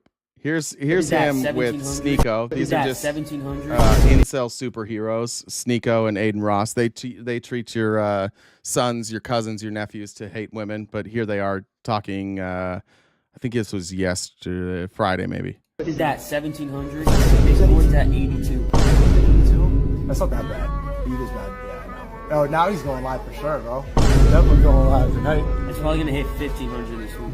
Yeah, bro. Are you fucking kidding me? Oh, so now they're looking at their crypto and their crypto's crashing, which, by the way, this is a good, oh shit, I closed that. This is a good example. Do you remember that guy that I debated on crypto before Tony Ravioli? And he said the thing about crypto is that when the stock market crashes, it goes up. It's not, it doesn't. Every once in a while it does if they're unrelated.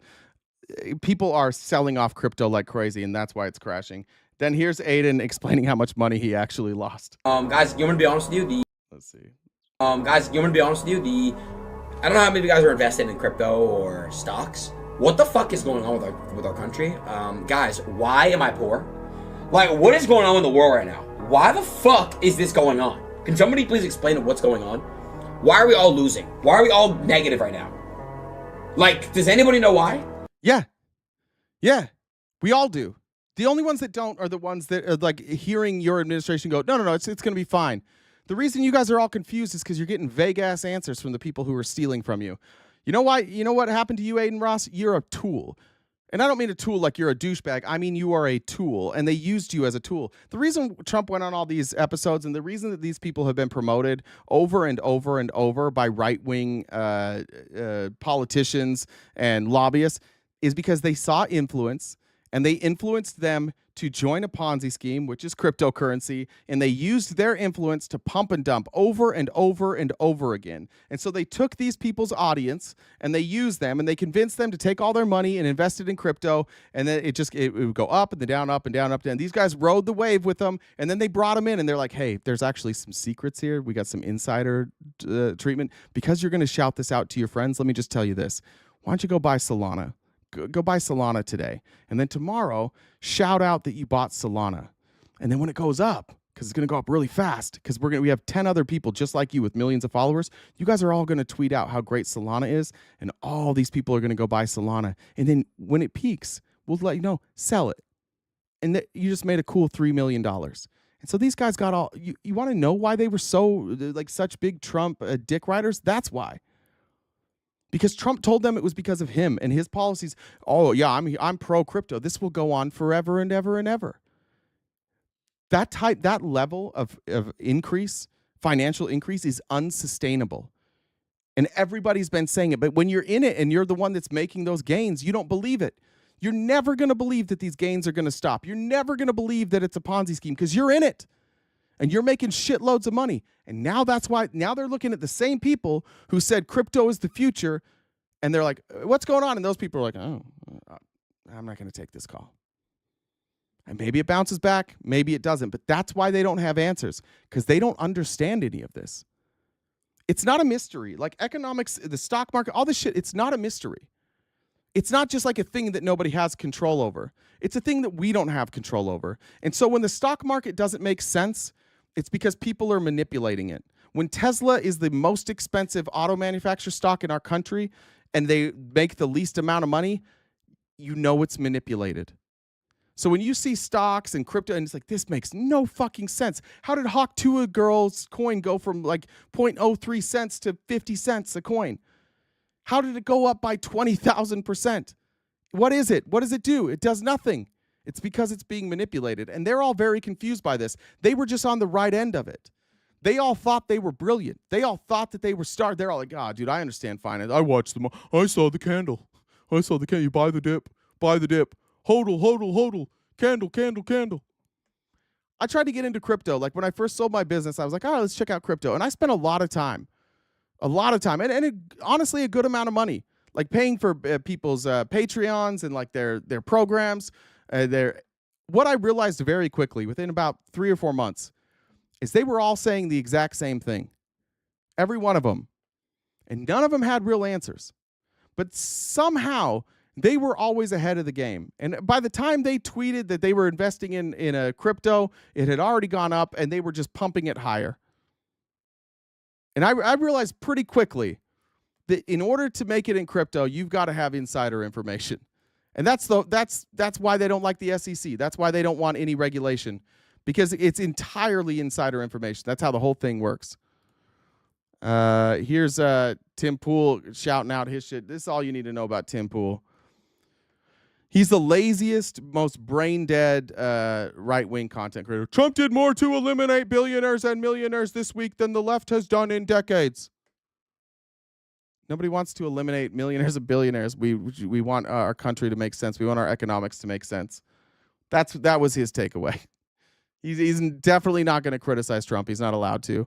Red Fox says, Cheeseburger 47, the tariff king doesn't know shit about tariffs. We're cutting our noses off to spite our face. Agreed. Laura, thank you for the super chat. And Mary said, great show, Jay and Jen. Please continue to school all of us. Thank you very much for that.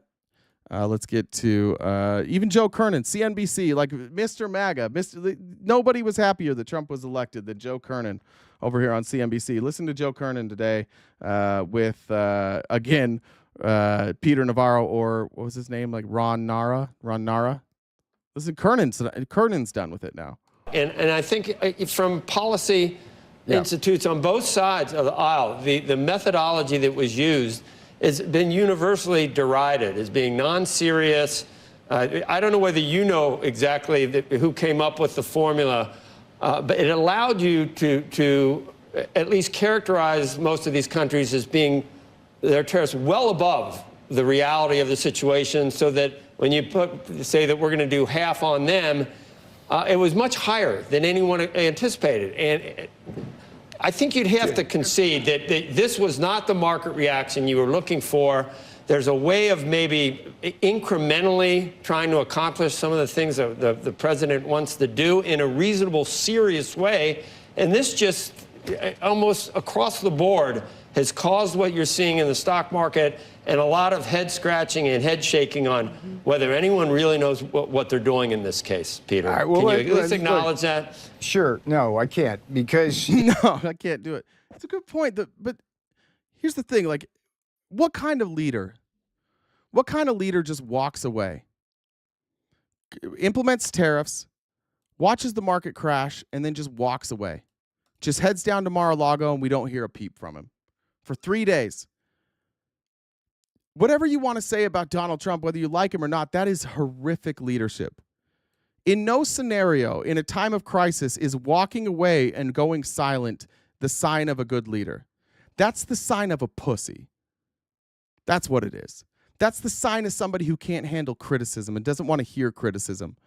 And so he and his buddies, they went and they insulate themselves and they go play golf and they tell you everything's going to be okay and they don't face any real questions and they go and they hide. He tanked the stock market and then went into hiding. I mean, we're not calling this guy courageous anymore. This is just a coward. And here's Navarro here is not going to have an answer. Can't, because here's what I'm seeing. Thanks, Sherry, for joining Sherry, thanks for joining the Dollar Train. And Jackie says, just doing my part. Thank you. We about got this thing knocked out. Thank you guys so much. First of all, the methodology was perfectly sound. It was done by the Council of Economic Advisors based on long-term studies that are in the academic literature. And the people taking pot shots at us are the same people that always take pot shots the American at us. Enterprise Institute, Peter. Of course. Joe, come on. The American Enterprise Institute. Yeah. It's the same people always taking pop shots at us. Yeah, economists. It's called economists. And they've been taking pop shots at you from forever because you guys are dumb. Trump loves to like rewrite history, but here's the truth about Donald Trump. Here's the truth about his first term. He loves to talk about the economic success. Revenues slowed, ground to a halt. Economic growth, ground to a halt. He floated off of Obama's growth in 2017. Then once Trump's policies kicked in 2018, 2018 is when the Tax Cut and Jobs Act jumped in. Revenues flattened. GDP growth flattened. Wages flattened. Wealth inequality skyrocketed. And then in 2019, before COVID hit, all these same economists were like, a recession is coming. And by the way, a recession did come. They were right about that. It just was made worse by COVID. And they were able to probably get more stimulus spending than they would have previously because the stimulus spending was said that it was going to the American people and it was for, people didn't have jobs, so we had to stimulate the economy. Do you know what they're talking about now? Just so you know. I don't know if we covered this. Let me see if I have it on here or if I can find it tomorrow. Let's see. Shit. I feel like I might have already covered it. Let me look up. Well, let me just tell you.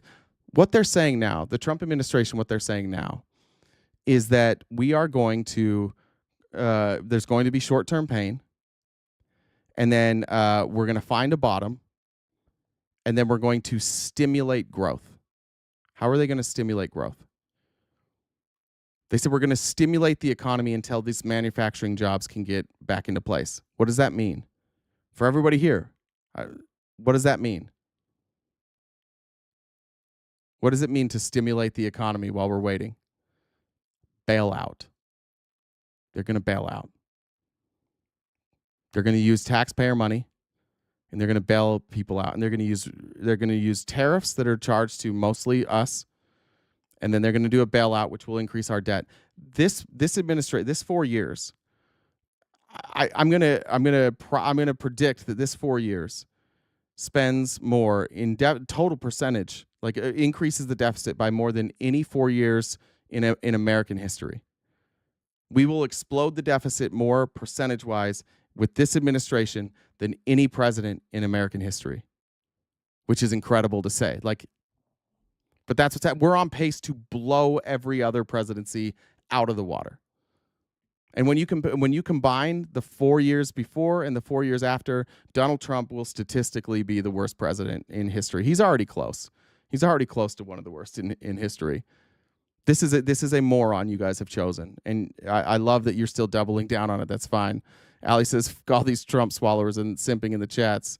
Dreamlighter said, a little short this week, but I love you, short. Thank you very much. Purple Kitty, thanks for joining the Dollar Train, as well as Canyon Sky, and I think we got Sherry as well. Rip, were you as critical of Joe when he increased tariffs and have his own? I don't know. Yeah, you guys can go watch my replays. When Joe Biden put 100% tariffs on Chinese electric vehicles, I was incredibly critical. I was extremely critical. I don't like protectionism. I don't even like Joe Biden. The thing, you guys think that you think that I'm you. This is the problem. Stop thinking that other people are like you. I could give a fuck about a single solitary politician. I will turn on any politician at any point. I have no loyalty to any politician, period. I will turn on anybody. You guys won't. So when you say this, what you're seeing is you're hearing criticism of Trump. You're unwilling to criticize him. And so you're projecting your own unwillingness to criticize something onto me. I don't give a fuck about Joe Biden. I don't give a fuck about Gavin Newsom. I don't give a fuck about Kamala Harris. I don't give a fuck about Pete Buttigieg. I don't give a fuck about any of them. I want them to do the right thing. And when they do things that hurt the American people or things that I disagree with, I'm going to talk about it. I'm not a big fan of Joe Biden. I was critical the entire time we were dealing with Israel. I was extremely critical of Joe Biden. So yeah, I was. You guys are the ones that won't criticize. And I'm sure there's people on our side that don't criticize too, but don't loop me in with that. I'll criticize all of them. I can't stand the Democrats. I can't stand most of them.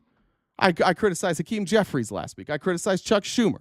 I criticized one of my favorite people from a personality standpoint. I criticized Jasmine Crockett. I will criticize any and all of them at any time. We're just calling balls and strikes here. I'm sorry that you're guys in power right now and you feel somehow that this is a personal attack on you. I think that's a character flaw that you have. You should not be taking this personally. You should either have an answer for this or you should think about it more. If you don't know what's going on, if you can't explain this, then think about it a little more. But I don't know why you're taking it as a personal attack on you. It shouldn't be. It's only a personal attack on you if you've decided like you're playing the game. You're playing team sports. You're playing right versus left, red versus blue, Republican versus Democrat, MAGA versus whatever. If you're taking my criticism on Donald Trump personally, that says a lot more about you than me. If you want to criticize Democrats here, by all means, do it. I'm with you. Let's do it together. I'm cool. I'll criticize him all day. It's just Donald Trump seems to be like that one guy you're not allowed to criticize. If I hadn't said his name this whole time, if I had criticized all Republicans and never mentioned Trump, most of you guys probably would have agreed with me. Even if it was the same stuff. If I didn't mention Trump, you guys wouldn't care. And that's why, that's why it replicates a cult. I know you don't like saying that, and I think that you all, when I say that you're in a cult, I think you all take it the wrong way. What it means is that you lose objective reality. You lose the willingness to criticize. And so when something like this happens and nobody can make sense of it, you guys defend it rather than saying, you know what, I don't really like that my president did something. The guy I voted for, I don't really like that he did this and didn't tell us what was going on. I'm not a big fan of that. I don't know why it takes so much courage for you guys to do that. I don't know why it's so hard to say, I don't like that he didn't tell us what was going on. That's crazy. Yeah, and it's Trump 2024. That's cult behavior. Like, let's go, Donald. That's cult behavior. You're in a fucking cult, guys. Like, you handle criticism like toddlers. No, my team's better. Thank you, Pink, for joining the Dollar Train. I think I read all those ones. Hoofy, thank you. Said, we're going to have to drain the chat swamp. These MAGA incels stink. Santorin 2 said, you're white, support your own people, not Dems. Go fuck yourself forever for that. I don't have people. You're white. I'm a white nationalist. How about you grow the fuck up? If you want an ethnostate, like go move to Antarctica and you and your dumbass racist friends can work together. Fuck all of that. Fuck everybody who thinks that if you're white, you should support white people. Fuck them. Fuck all of them. That's stupid. It's absolutely stupid. By the way, there are white people in the Democratic Party. Ali said, fuck all these Trump swallowers simping in the chats. Got that one too. I haven't complained. I'm reporting the news. You guys, if you think I'm complaining, I'm reporting what's happening. You don't like it. It's uncomfortable for you because I'm reporting what's happening.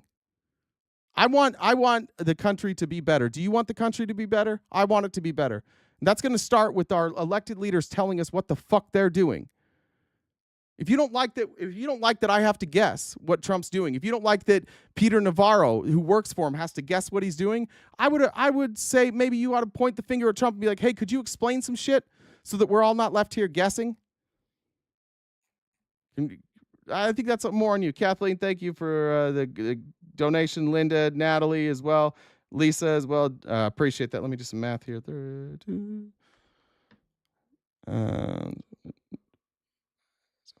All right. Got a couple more here. Math is hard. I think that's right. All right, a couple more and then we'll get out of here. I showed that. Whoops. There we go. Here's I'm going to skip Patrick Bet David. I'll do Patrick Bet David tomorrow. This is Shea Bowler. He's on he's going all in on the Industrial Revolution. He's from, where's he from? I'm trying to remember what his company is. He's the host of something called Stockwits and Boys Invest. He is a big supporter of President Trump. He wrote this open letter to President Trump. So this is MAGA. This is finance. These are MAGA people. These are not lefty words. The frustrating part is that I was on board for a reset. Truly, I've said it publicly. I've written about this in this very feed. I understand the need for a detox. For decades, the U.S. economy played the part of the rich guy at the table, picking up the check for a global order that no longer worked in our favor. We hollowed out our industrial base. We enabled unfair trade imbalances under the illusion of diplomacy. We subsidized demand for cheap imports while outsourcing the hard questions about how our domestic workforce would adapt. Eventually, that had to stop. It was unsustainable, financially, politically, and morally. We couldn't keep pretending that a consumption-led economy held together by zero interest rates and global fragility was a long-term solution. I wanted a rebalancing. I welcomed the idea of a harder, smarter America First policy that pushed for fair treatment, reciprocal agreements, and a real industrial strategy rooted in technological superiority, national security, and capital formation. That would have been leadership. But that's not what this is. What you've rolled out isn't detox, it's whiplash. This isn't strategic decoupling, it's scattershot retaliation dressed up as reform.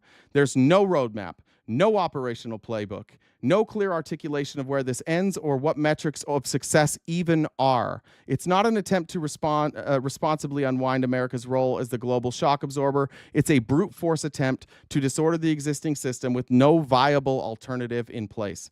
You can't replace a fragile supply chain with chaos and call it resilience. You can't build American industry by torching the scaffolding that underpins capital flows, labor mobility, and global coordination, especially when the U.S. itself no longer has the domestic capacity to meet its own industrial needs. You talk about bringing jobs home, but the U.S. doesn't have the labor force, permitting structure, or wage flexibility to stand up full-scale manufacturing at speed. And now, after years of deportation policies and underinvestment in vocational training, you've made the labor gap even wider.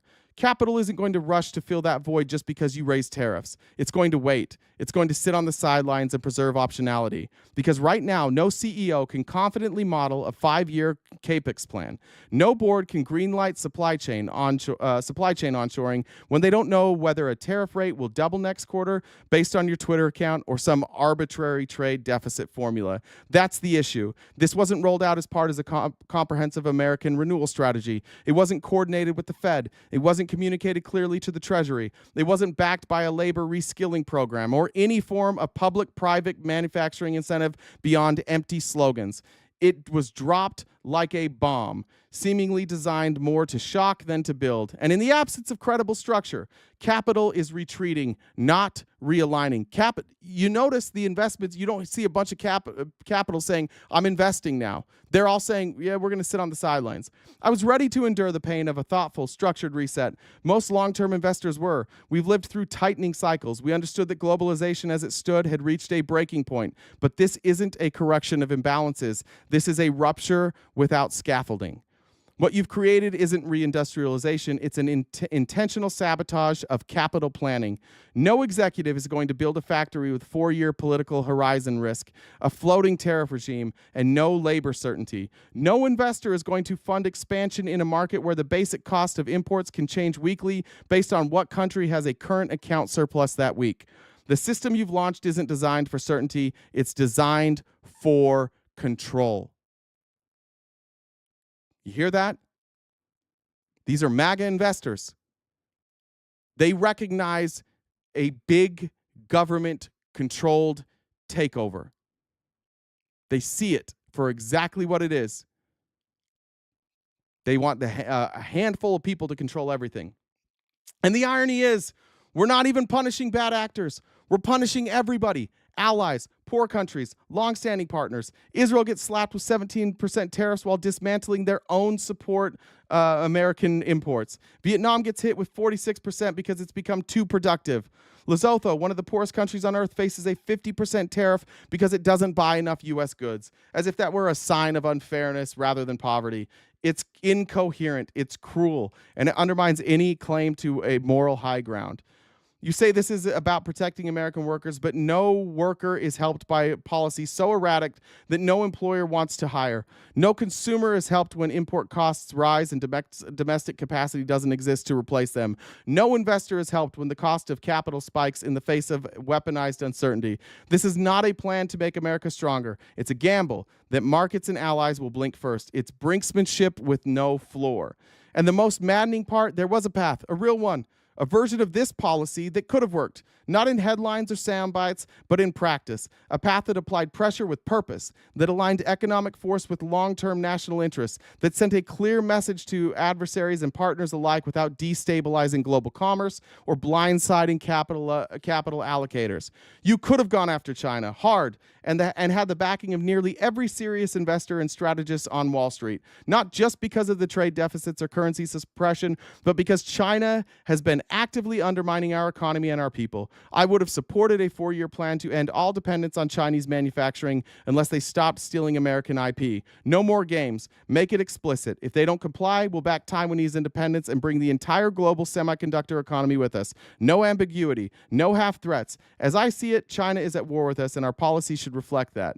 With the EU, you could have played it clean. Match auto tariffs, percent for percent, that's fair. And then leave the rest alone, especially goods and services. We run a huge surplus on services with the EU. It props up some of our biggest competitive advantages: enterprise, software, consulting, cloud, defense, tech, streaming, media, IP. Tariffing the EU outside of autos would be like shooting your own foot for balance. We're not in a trade war with Europe. We're in competition for global enterprise dominance, and right now the U.S. is winning. That's what real strength would have looked like. That's what an America First trade doctrine could have achieved. You'd be rebuilding the system from the inside out, not just throwing bricks through windows and calling it a redesign. Investors would have backed it. CEOs would have planned around it. Global partners would have respected it. And even if they didn't like it, and capital would have flowed toward American resilience instead of retreating from American unpredictability. But instead of that, you went with chaos. And now confidence is shattered, not because the numbers are bad, but because no one knows what the numbers mean anymore. That's the cost of burning down the rules without building new ones. So no, this is not the detox we needed. It's not the strategic decoupling. It's not a path to renewal. It's a slow, loud dismantling of the very foundation that has allowed American capital, innovation, and enterprise to dominate for decades. And it didn't have to be this way. But now we're here, and the market is reacting accordingly, not to fundamentals, but to the scene that the future may no longer be moldable. or modelable, excuse me. That's not a trade, that's an exit. I don't want this post to be hyper political. This isn't about red or blue. It's not about the 2024 election cycle. It's not about ideology. It's about strategy. It's about execution. It's about understanding that when you're the United States, when you sit at the helm of the global economic engine, every policy you roll out reverberates through capital markets, supply chains, boardrooms, and governments. Words become signals. Signals become pricing. Pricing becomes pain or progress. And I hope for the sake of the markets, for the sake of businesses trying to plan, and for the future we're all investing into, that it's not too late to recalibrate, because we don't need more noise. We need a motherfucking plan. And that's what we don't have. That's fucking MAGA. Those are MAGA economists. Those are the people that lined up and gave money to Donald Trump because they believed that the policy he was advocating for was what they believed in. And when he said, I've got concepts of a plan, and when he said, don't worry, it'll be great, when he said, trust me, don't worry about the fact that there's no economic plan that I've presented, trust me, they're like, yeah, I think he's saying what we're saying, so we're going to vote for this. And then it turned out he wasn't. It turned out he doesn't know what the fuck he's doing. Turns out that he's listening to goddamn morons. It's the dumbest administration in the history of this country. The dumbest and the most spineless. And they have fucked over billions of people. And they have unsettled a global economy that was just now recovering from the disaster of COVID. Just now, people, like countries, were starting to get their feet. And now Donald Trump comes in like a fucking bull in a china shop, and ruins everything. I want to play this clip to get out of here, and then actually I can't play it. We got in trouble last time. I'm gonna advise that everybody go just listen to John Mulaney talk about letting a horse loose in a hospital. That's what we've done. And everybody who doesn't work for Donald Trump or isn't just like a fucking bootlicker here in the chat, every one of them, every economist with any sense at all that doesn't work for the Donald Trump administration is out here saying the exact same fucking thing. You guys, you MAGA, you are the 5%. And if you find yourself repeating what Donald Trump says, it's because you're fucking stupid. And that's just reality. You can't do math. You don't know how economics work. You have no plan, and you don't care. You just think everything he does is for you, and you're winning. And if you support him, you're winning. And when you pay more for your groceries, when you pay more for your energy, when you can't afford a house, when you can't afford clothes, when you can't afford a cell phone, you'll have him to blame, and you'll still be talking about Hunter Biden and his laptop, because you are conditioned. This is like Pavlov's dogs, and they just look over here, look over here, look over here, and you do it. Oh, is that a bell? Oh, I'm suddenly hungry. Trudy said we needed to fund research to prevent Leonidas. Is he losing it in the chat? Let me get any other ones. Charles, thank you for that. Nicholas, thank you. All right, guys, that's it for me. Let me make sure I didn't miss any from Jen, and we'll get out of here. Brett said MAGA needs to remember politicians are our employees. Kathy said all the love. Thank you guys so much. I'll be back tomorrow morning and every weekday morning, 9:30 a.m. to 1 Pacific Standard Time on YouTube, Twitch, Facebook, Twitter, sometimes on TikTok. You can find the replays. Make sure that you're subscribed so when we go live outside of our normal time, you can catch that. We have merchandise in our bio. You can support us that way as well. I look forward to talking to you guys tomorrow. Take care of yourselves. If you need to get away from politics, if you find yourself angry, no matter where you are, go take a walk. Go get some fresh air. I have a lot of faith in humanity, and I think that we are seeing right now a collective of people who are saying no more party politics, no more MAGA versus the world. Most of the people recognize what this is, and I think we can apply enough pressure to Congress to strip Donald Trump of his power so he'll stop doing the dumbest goddamn things he possibly can do. I thank you guys for the support. For the channel keeps continuing to grow, and that's only because of you guys showing up every single day. Even those of you who don't like me, I'll see you tomorrow along with everybody else. Stay cute and cool, and have a great summer.